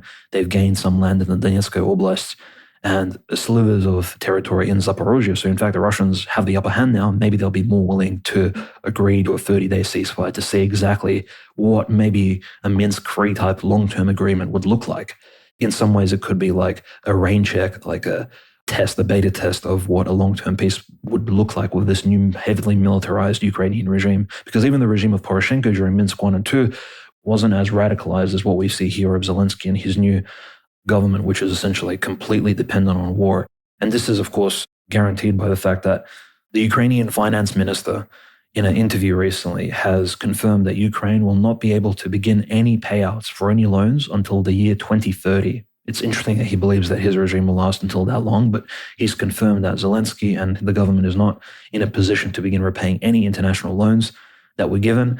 And Ukraine at the moment, the loans are looking not too bad, actually. It's 110% of the Ukrainian GDP, up from 50% before the special military operation began. I think those numbers are somewhat fudged. I think they're somewhat untrue. I think the debt is most likely close to 200% of the GDP, if not higher, given how much Ukraine has essentially expended on the war, how much manpower was lost, essentially how many refugees and asylum seekers left Ukraine to go to Europe and other countries, and how much territory was lost to Russia, frankly, which again is a huge economic loss. Farmland, all those resources to the east of the Dnieper was lost to the Russians. So all of that adds into the greater GDP loss and, of course, the growth of debt which Ukraine has accumulated. And I think that percentage is a lot higher than what he stated. At the same time, the West continues to support Ukraine in this weird, they had their own version of the 9th of May parade, Conrad, which was very bizarre. So they called, the German Chancellor was there, the British Prime Minister, Macron, of course, traveled from France. And I'll speak about Macron in a moment again, because he also conducted himself very interestingly in Paris.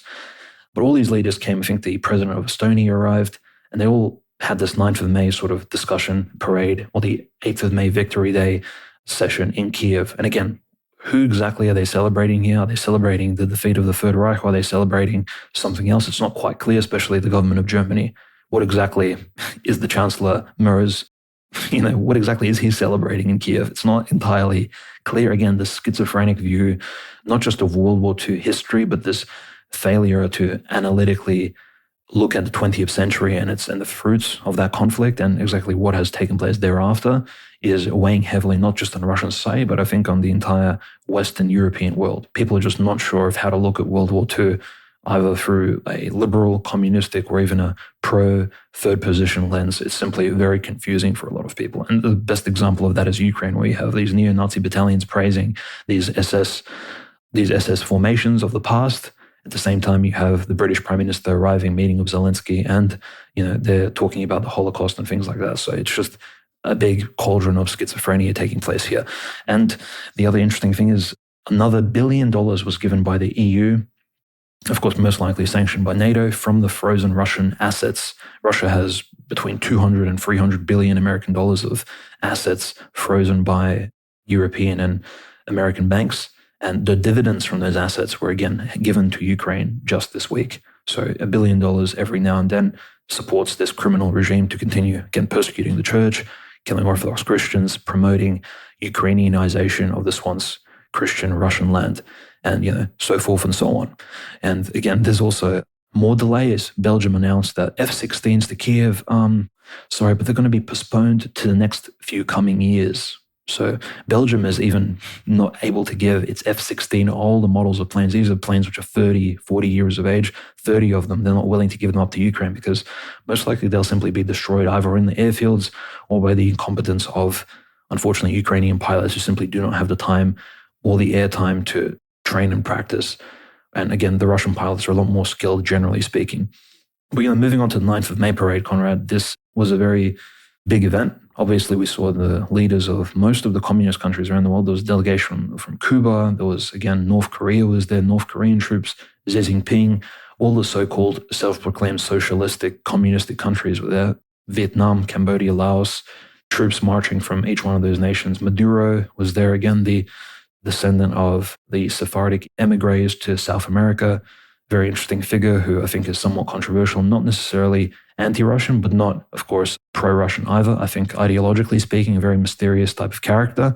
We do know that America, again, tried to overturn his regime for a colored revolution earlier last year, which we discussed very heavily. But again, the parade went well. It wasn't necessarily extraordinary as from previous years. There were these T-34 standard model World War II tanks, which were still in drivable condition, that led the parade of all those Soviet Red Army flags.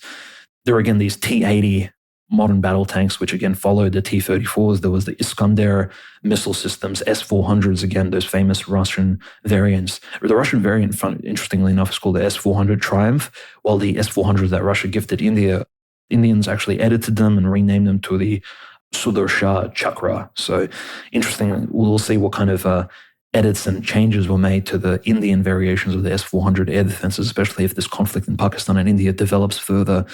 I think the biggest change to the parade, as we saw from previous years, was that the Russians showed off some of those Iranian-made Giran-2 UAV drones, those battle drones. They showed the Russian-made Lancet drones Orlan drones and other drones. They essentially had pickup trucks driving with the drone attached to the back of them. So the drones didn't actually fly through the parade. That would have been somewhat sci-fi futuristic if you saw these flying robots just flying at low altitude through the Red Square. I think we're not really at that stage yet.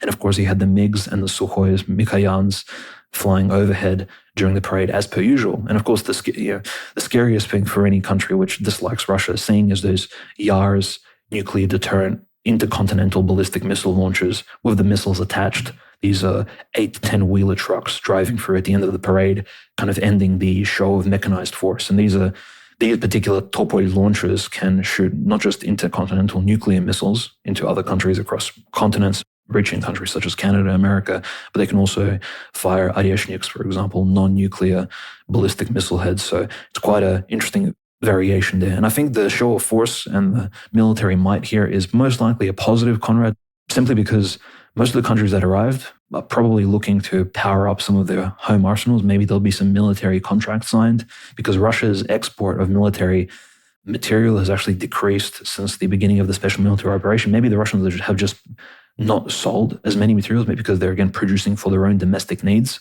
given the military operation itself. Or maybe because the other countries are simply, given the recession and the unsureness of how the Russian technology is showing itself on the front lines, are just not willing to purchase anymore. So sales have gone down. Estimations range between 30 and 40% since 2022. So quite rough on that end. And of course, the parade itself was crowned by President Putin's 4.5 speech, which again was very historical in nature. He mentioned the Second World War, the losses carried on by the Russians and the other ethnic peoples. We need to sort of put emphasis on the fact that the majority of the Russian forces that actually fought against the Third Reich were ethnic Russians. There were almost no losses amongst some of the minorities. And by no losses, I mean relative to the general number of lost Russian lives. In total, I think if you look at all the other ethnicities like Moldovans, 54,000 Moldovans died in the Second World War fighting for the Red Army, 83,000 Armenians. What about the larger ethnicities, Uzbeks and Tatars? 180,000 Tatars, 117 Uzbeks, 125 Kazakhs, and so forth and so on. And again, the numbers go down to minute numbers when you talk about Chechens and Ingush people. 2,000 Chechens and Ingush combined died in the Second World War, which is, even compared to the current military operation, somewhat negligible numbers, especially in the scope of the Second World War. The majority of the people, 98% of the losses, were from ethnic Slavs, Belarusians, Malarussians, and of course, Great Russians. And this is, of course, primary because, again, Putin emphasized the fact that he kept stating that, again, ethnic minorities died. It wasn't just the Russian people, but the majority of the victory, again, falls on the shoulders of the Russians who carried this victory against the Third Reich. And Putin, I think, didn't put enough emphasis on that, maybe. The other thing that was somewhat cringe was that he said that Russia will always remain a bulwark against Nazism, Russophobia, and anti-Semitism. And this is very interesting. He added that last bit in. I don't remember anti-Semitism being highlighted as much in the previous years and the 9th of May victory parades. Maybe I'm incorrect. Perhaps you can help me in the comment section below. Definitely correct me. But anti-Semitism, very interesting, as if that's a problem in the current Russo-Ukrainian conflict. That is not even a factor at the moment. The so-called, maybe it's related to denazification of Ukraine. Not sure why Putin added it in there. But the camera, after he said that, quickly panned to Patriarch Kirill, but not necessarily maybe focusing on him, but the two rabbis sitting behind him, Ber Lazar and the infamous Alexander Boroda, and the leaders of Theor. So very concerning sort of situation there. But it was nice, again, seeing North Korean, Chinese cohesion with Russia, them working together, all the leaders. Mahmoud Abbas, I didn't necessarily see him among the other world leaders sitting there. And the other figure that was missing, which perhaps would have added a lot more flavor to the entire parade and to the consortium of world leaders, member states of BRICS, would have been Dr. Bashar al-Assad being president and his wife, who were not there at the parade, which I find somewhat mysterious because they are currently living in Moscow. His wife is sick with cancer, but just Bashar al-Assad showing up would show that President Putin does not surrender his former allies to disrepute and still keeps them around. But again, Bashar al-Assad was missing from the parade. So very interesting development altogether. The parade went successfully, but it appeared, at least for me, it seemed like even though it was an 80-year anniversary of the ending of the Second World War, it seemed somewhat meek and maybe quieter than it could have been. There was nothing extraordinarily special. There was no excessive shooting of fireworks that night. There was nothing over the top. It was very much in understanding that there's currently literally a war taking place. And just the last point that I'll make is that already, I believe, for the third year in a row, there was no memorial march, as they say, the procession that takes place from Moscow when all the troops, not just troops, but the civilians carry portraits of their dead ancestors and relatives who've passed away and who fought in the Great Patriotic War, World War II. That parade did not take place again. One of the reasons why the mayor of Moscow and President Putin most likely did not hold that memorial parade, which is one of the probably even a bigger highlight than the military parade itself, is because can you imagine, Conrad, if the people of Russia would carry portraits not of their great-grandfathers and grandfathers who passed in the Second World War, but portraits of their nephews, sons, uncles, and fathers who died in the SMO, over 100,000 Russians. It would add a very somber and interesting mood to the entire affair. Why would you carry a portrait of your great-grandfather without a photograph in HD 4K of your recent relative who passed away? Because many Russian families, maybe every third or fourth family, has either lost someone or has someone who's been injured in this current conflict, which is approaching literally the timescale of the Second World War. We have to keep that in mind. In December, this Russo-Ukrainian war will be longer than the Great Patriotic War that Russia fought with the Third Reich. And that is a pretty big milestone, I think, in Russian military history. So very interesting. And nevertheless, the sort of conflict rages on, and President Putin did give a huge shout out. There were a lot of heroes of the SMO present with medals. There were a lot of some of those major tank battle victors who were awarded by him were present, and the camera did pan to them. A lot of the veterans were present, over 11,000 troops. Generally, the parade went well with no sort of confusing remarks beyond, again, the weird anti-Semitism comment, which, again, we denounce. I think that's completely unnecessary. It has nothing to do with the Second World War generally. The war was between essentially the Soviet Union as a sovereign state and Third Reich. The Talmudic tribe almost was uninvolved. The Jews necessarily didn't even die in such huge numbers fighting for the Red Army. So why Putin mentioned that, who knows?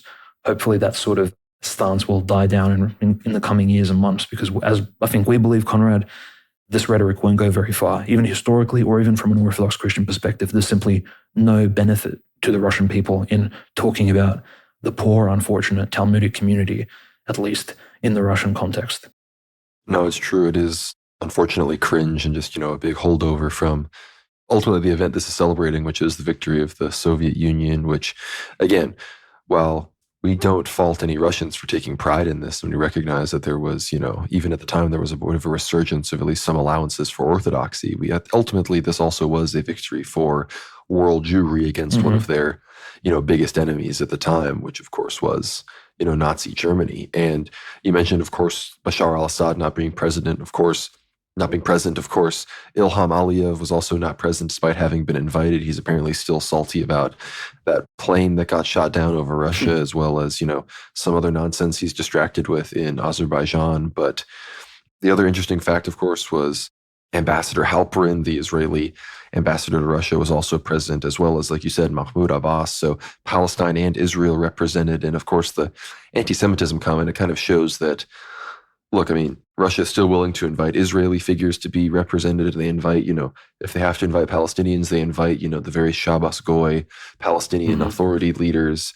And at the same time, I don't even see too much Iranian representation. I don't see any high-level Iranian officials actually represented here. I don't know if any Iranian officials were actually represented at all, despite, again, obviously Iran wasn't necessarily involved in the liberation of Europe from Nazi Germany, but, neither was Israel. Israel didn't exist, So, and, Iran claims to be, a revolutionary state. They're close allies with China, who was heavily represented. Xi Jinping was sitting right next to Putin the entire time. Putin, of course, afterwards introducing himself, shaking hands with North Korean military leaders and veterans.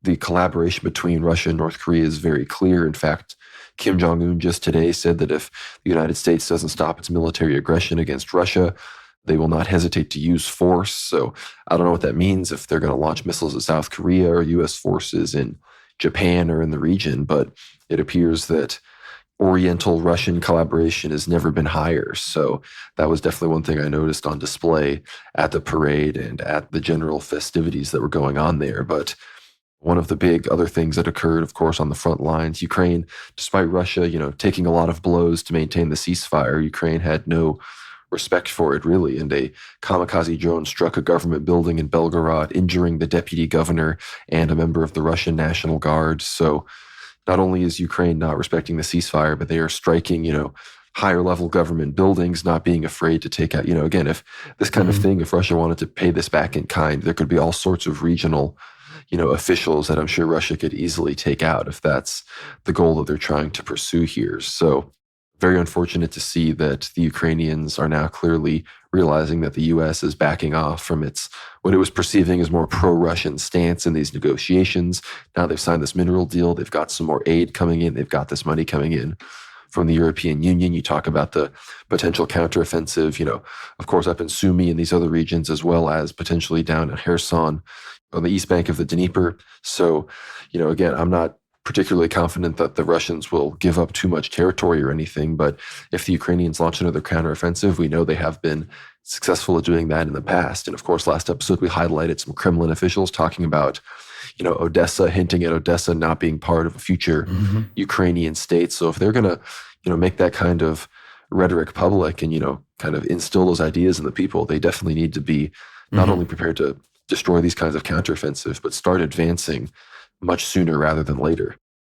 No, absolutely. It's all a matter of framing, positioning, and also preparing the Russian citizens to undertake what needs to be done. Again, maybe even preparing them for a second wave of mobilization, which definitely will be required if Russia seeks to expand not just into the occupied Zaporozhye, Khersonskaya Oblasti, but also further on as is required. Even if they need to take Odessa, a lot more troops will be required, not just for peacekeeping purposes, but for literally dismantling some of those military sites that Ukraine has built up over the years. And again, what's happening to the Russian Black Sea Fleet Navy at the moment, how are they preparing to counteract some of the drone threats, those underwater drones, is still a mystery. The Black Sea Fleet is at the moment somewhat indisposed, maybe they're installing some sort of anti-drone EMP magnetic technology or something. We're not too sure, but the Russians are definitely working on something in those particular threads. But as all of this was happening, Conrad, I think there's some other big news from Central Eastern Europe, from one of the countries which we've been covering with a lot, we're giving a lot more attention and actually looking at in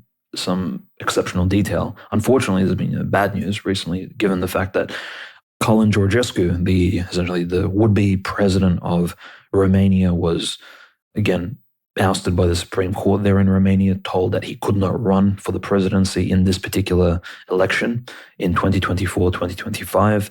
The Romanian election, the first round, has concluded this week, and the victor here is a very young politician, Simonion, who represents the right-wing AUR party, and it seems like a lot of Colin Georgescu's, and most likely Colin Georgescu's endorsement of him, as well as the Romanians protesting, have in fact given him all of those votes. And it's actually probably a good thing that George Simonion won this first round, because it does point that the right wing in Romania is not standing down. Just because Georgescu is not president, they are going to vote for the most conservative candidate. Romanian society has somewhat awoken to this fact.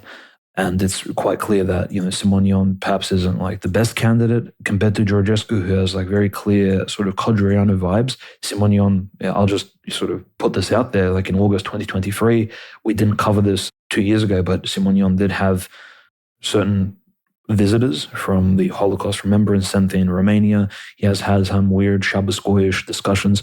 Romania has had this presence of not just the Gypsy community, which it's somewhat famous for, but also the Talmudic Ashkenazi community has been present in Romania for a long time. And they've also instilled this guilt in the Romanian people for following a so-called fascist regime during the 1930s and 40s. And this, unfortunately, this baggage, just like in Russia, the communist baggage continues to show itself. The same is taking place in Romania, where Simonion is photographed, of course, holding a menorah. There's all kinds of weird stuff, which I've posted again.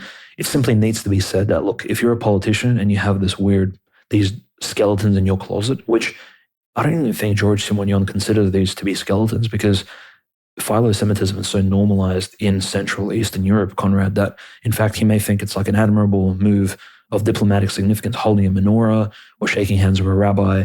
This has somewhat become the norm in Eastern Europe. Unfortunately, we see, I'm not sure Robert Fico's perspectives, but Vucic has done it, President Putin has done it. Of course, even Lukashenko is probably the only one who's openly somewhat stated anti-Semitic, pretty harsh things over the years, especially since the special military operation has begun, and he frankly hasn't kissed a wall ever, so he's probably the only one who's had this strong, robust history of not conceding to the new philo-Semitic status quo. So this new candidate for the presidency, is he compromised? He's certainly not like Kalin Georgescu at his level, but on the other hand, it does show that the Romanian society is willing to elect anyone as long as they're right-wing.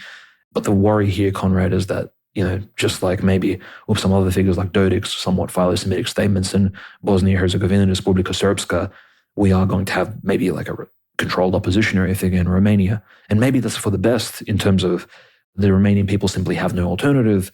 However, it's just sad that the kosher right is very much a European phenomenon. It's not just a Republican American issue. It's something that Europeans will need to contend with. And the only way to overcome that is, again, to discuss what is the significance and the myth of anti-Semitism in Europe. Like, what exactly has been installed by liberal and Marxist regimes in the minds of European people, and how do we demystify some of these weird stories that have been told essentially over the years with zero proof whatsoever. It's simply ideological precepts which people have subscribed to. And the Serbians have subscribed to it, unfortunately. We saw the previous patriarch, Yerinye, for example, lighting a menorah. He's reposed already, so we don't want to talk bad things about former patriarchs, but it has been, and that's despite the fact that Serbia has less than 2,000 Jews living there. So Serbia doesn't even have a Jewish community, technically. It probably has like 2 synagogues at most, right? And still, this emphasis on the Jews are an Abrahamic religion. They have a history in Europe. They need to be respected and loved, and they need to be in decision-making positions. It's really held a toll on both conservative Germans and now it seems conservative Romanians as well.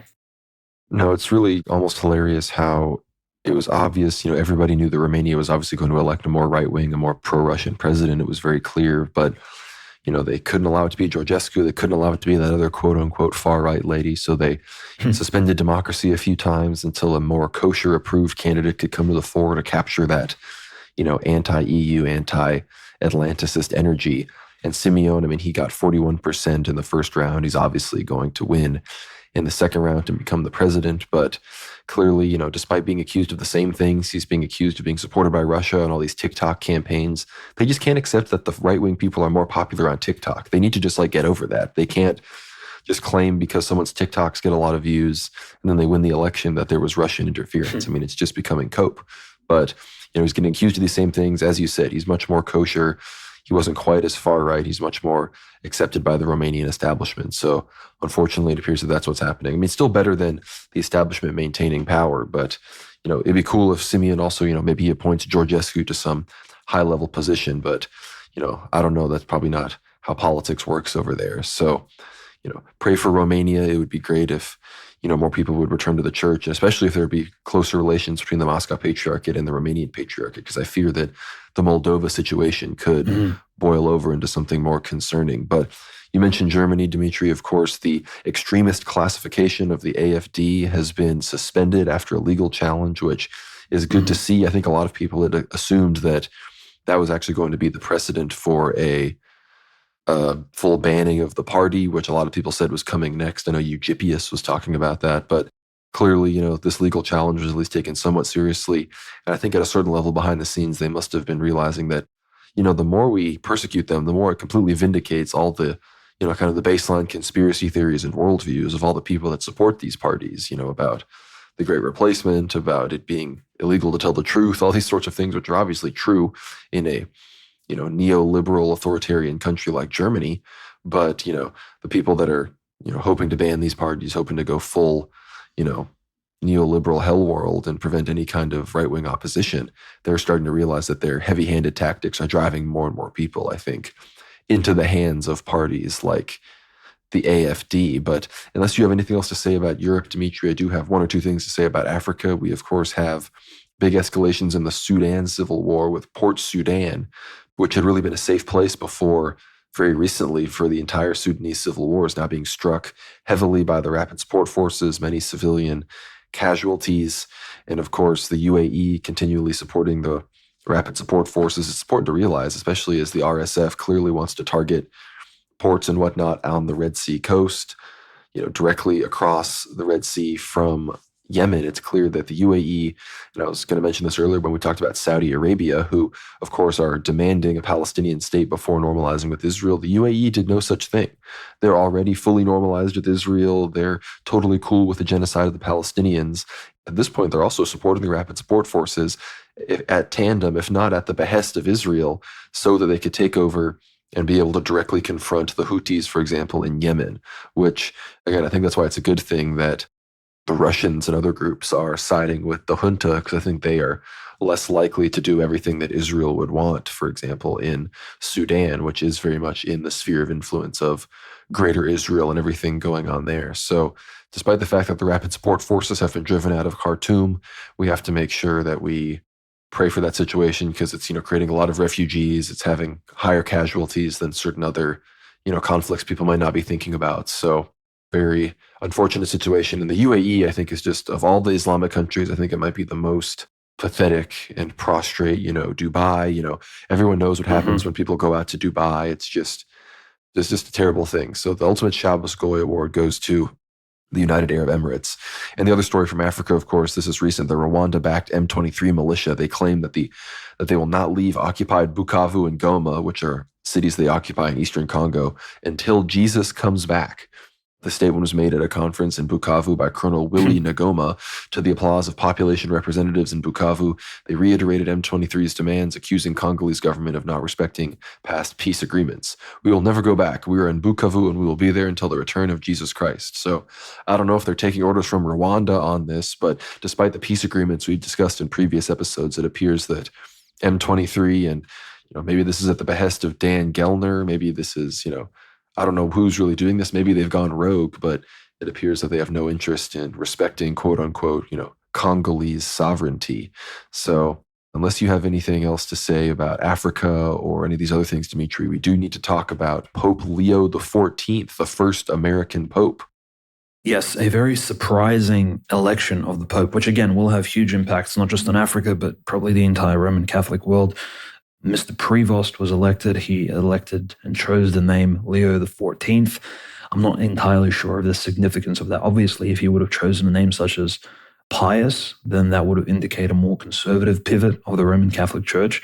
But Cardinal Prevost, now Pope Leo XIV, has a very interesting history in America. He's the first American Pope in the history of the Roman Catholic Church, which again is a huge hallmark. And many Roman Catholic content creators, analysts, theologians were already predicting that there would be no way an American cardinal would be elected, simply because at the moment America just exerts this huge geopolitical presence and cultural force around the world.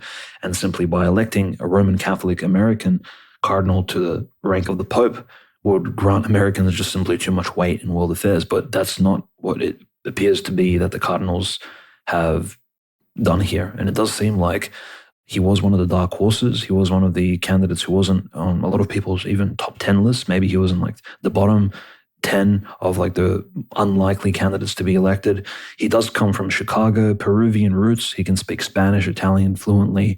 He's of South American origin, so he's a Hispanic American, technically speaking, but as much North American as probably he is South American. And, you did mention, Conrad, off air that Chicago is one of those diocese in America in the Roman Catholic Church that is very, very liberal. And the North American Roman Catholic Church has been unfortunately entangled in all kinds of scandals over the last few years, with Cardinal McCarrick, who recently passed away. The pedophilia scandal has been an ever-developing issue over the last 2 decades in North Americas.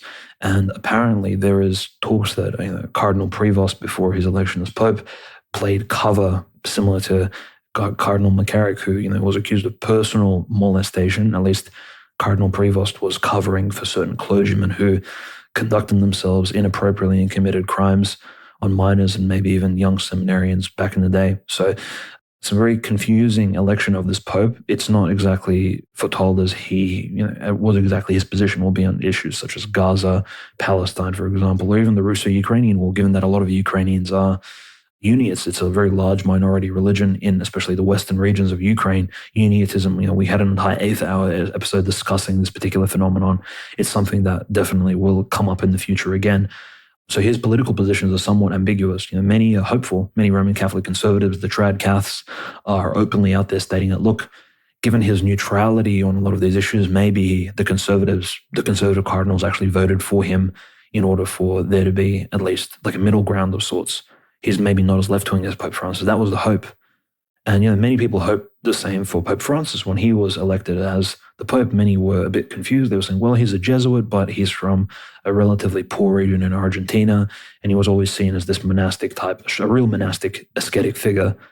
Turns out his asceticism was laden with hyper-liberal socialistic views, which, again, he expunged by publishing these encyclicals, public proclamations, and no one really saw that coming, I guess, beyond the people who deeply study Roman Catholic ecclesiology and internal politics. Very sort of confusing and unfortunate. That papacy caused more harm than good, I would say, generally speaking. The Vicar of Christ was a literal libtard, for better or for worse. At least even Roman Catholics admit so. So whether or not Pope Leo Prevost will be a liberal, or will he be a socialist, or maybe will he be a moderate, I think is very much up for grabs. But we'll see. Just as previous popes, Conrad, they've kissed Qurans, they've visited ecumenist meetings, they've prayed with heretics, pagans, and other false religious figures. Will Pope Leo Prevost visit the wall? I mean, he probably will, most likely, even when the war dies down, or if there's a certain ceasefire between Hamas, Hezbollah, and Israel. I think Pope Prevost, just like his predecessors, will give the mandatory visit to the Wailing Wall of Jerusalem, which is the wall of one of the Roman Antonina fortresses, I believe, built by Hadrian back in the day, and maybe even probably further developed by Justinian, to which the Jews pray to, and which they summon the Shekinah spirit. And it's all kinds of, I won't even describe what kind of disgusting emotions they commit over there in the old city of Jerusalem. But this will be most likely one of the main pilgrimages, which, if he doesn't commit to that in the first few years, Conrad, I think will speak a lot about exactly which direction the Roman Catholic Church will pivot. So I think we'll very much cover the Roman Catholic Church's positions on a lot of these geopolitical affairs in the coming few episodes. We'll see what kind of proclamations he makes. And definitely, I'm very eager to see what this papacy will bring to world affairs, because at this point, if it's any worse than Pope Francis, we will see a huge acceleration towards not just the replacement of Europeans. And, he had that one tweet from 2015, because as a cardinal, he did have a Twitter X account where he criticized Donald Trump's strong stance on anti-immigration in America. As an American cardinal, he was anti-Donald Trump's strictness on Hispanic migration, thus meaning the replacement of native white American peoples. So that's already a pointer towards the Francis-like statements that he may make in the future. So I'm a little bit concerned. I think he's leaning more left rather than right. That's definitely a good assessment of the situation. And of course, I don't know if he's actually Peruvian by roots. He was actually sent from Chicago to be a bishop in Peru, but his background is all over the place. He's got Hispaniola, Black Creole. His father's like Italian and French. So There's all sorts of interesting heritage going on there. And I think that's why they maybe felt more comfortable picking an American, because you're right, he does look, South American. He looks like he could be, something. So he, of course, apparently is very fluent in Latin, Italian, Spanish, these languages.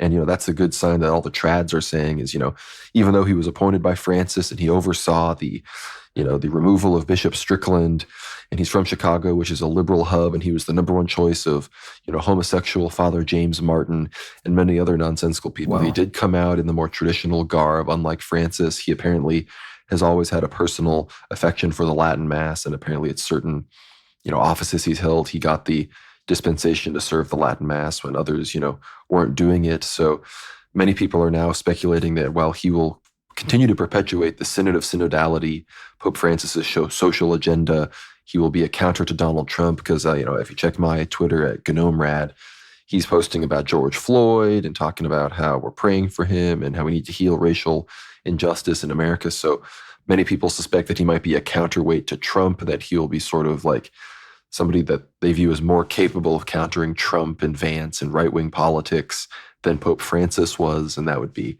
again, we don't believe the Pope is anybody more than a heretical layperson propped up with a fancy hat. But it's, unfortunate to see, for Catholics, that they're going to have to deal with that, and it could lead to more cringe news cycles. But at the same time, he has also exhibited certain more positive statements on the issues. But again, it's clear that he is very much a Francis acolyte. He was clearly a compromise candidate after it was clear that, I'm sure through the first one or two votes, they realized that Parolin wasn't going to fly.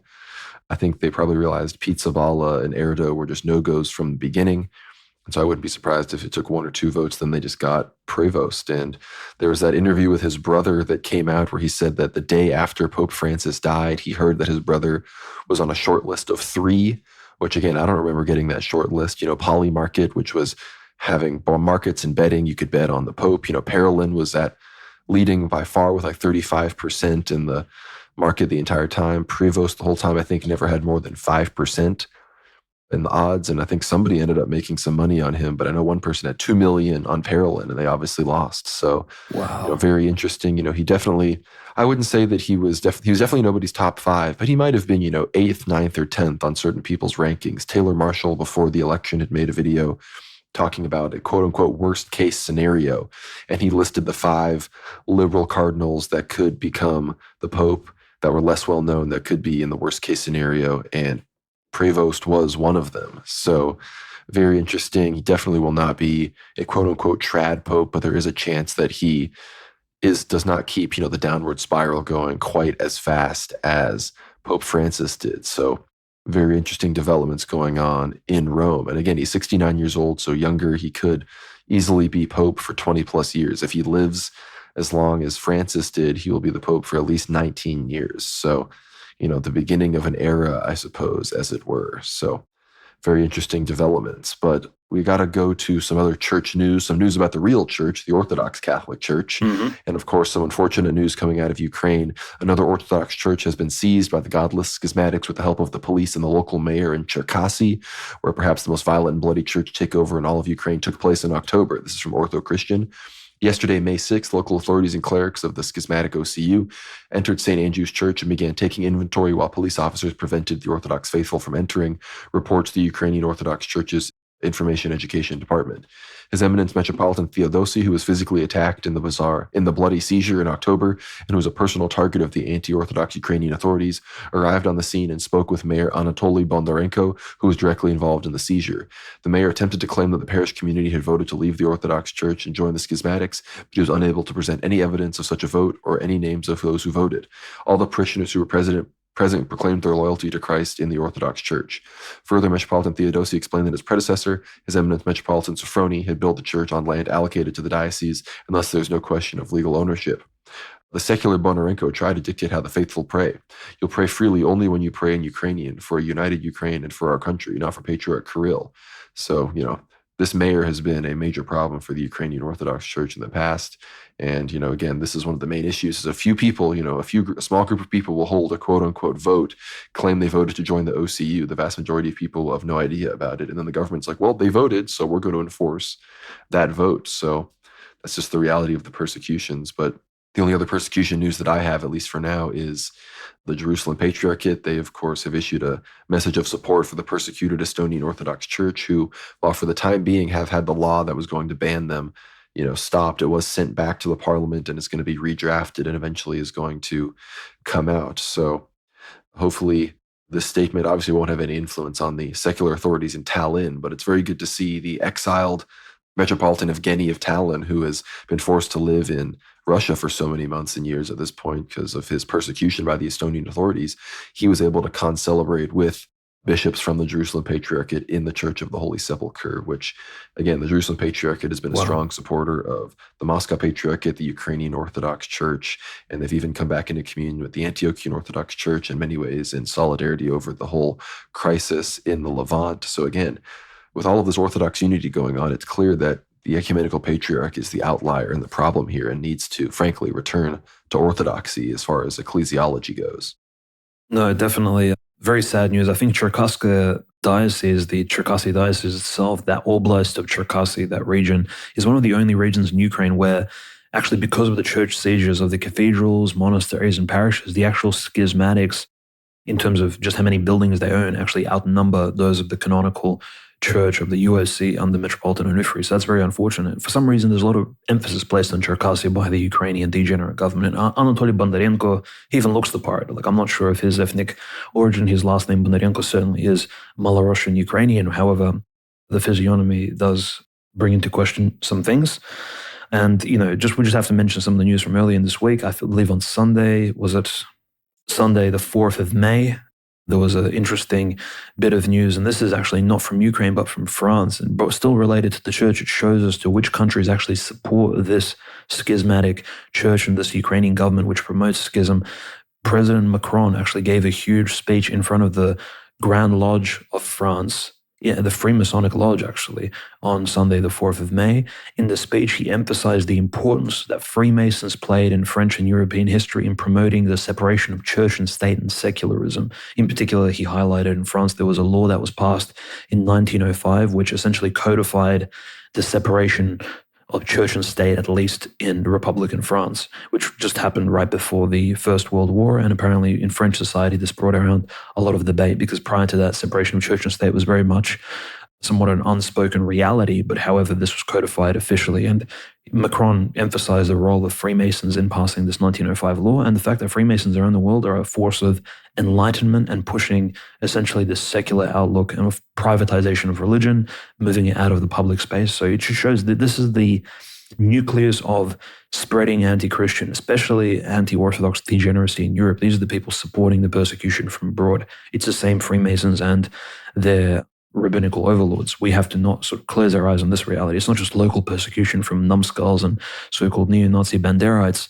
It's also their masters from abroad who finance and who ideologically back all these presuppositions of church, separation of church and state, which is essentially a heretical proclamation. It has no grounds in the church fathers or any of the patristic teachings of the actual Orthodox Church, which is over 2,000 years old. So just taking that into consideration. Like moving on to Tuesday, which was the 6th of May, the celebration of St. George, the great martyr, greatly celebrated in all countries of Eastern Europe.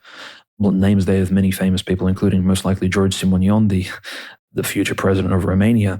Metropolitan Onufri gave a very unfortunate sermon on the feast day of St. George, the victory bearer and the great martyr, in which, in the sermon, Metropolitan Onufri clearly and unequivocally stated that we all pray for the victory of the Ukrainian armed forces against the Russian invaders, and pray that the Lord grants Ukrainians victory very soon.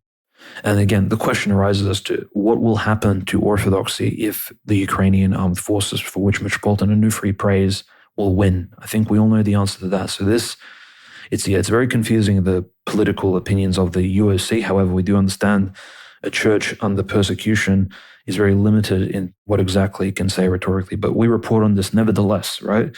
And it's been exactly a year, actually, almost a year, on the 17th of May, 2024, that famous Church of the Tithes, which had an appearance of the Theotokos in 2006, last year in the 17th of May, was destroyed by the Ukrainian government in Kiev. We covered this on one of our World War Now episodes last year. It was a very sad event which took place. The Ukrainian government stated that the church wasn't made out of long-standing materials. It was ugly. It was ruining the landscape, and they wanted to replace it. Now, it's been exactly 1 year since the Church of the Tithes was destroyed. It was a church in which the Theotokos herself appeared in front of the Archimandrite and many of the parishioners, and the Ukrainians destroyed it. Since then, what has happened to that land? It's a year later. It's still a dump. People are dumping rubbish. Hobos are walking around there. It is just a patch of grass and cement. Nothing has been built there. The government has lied. The Ukrainian government continues to persecute the church, and they've lied, and they will continue to lie because their father is the devil, as they themselves admit.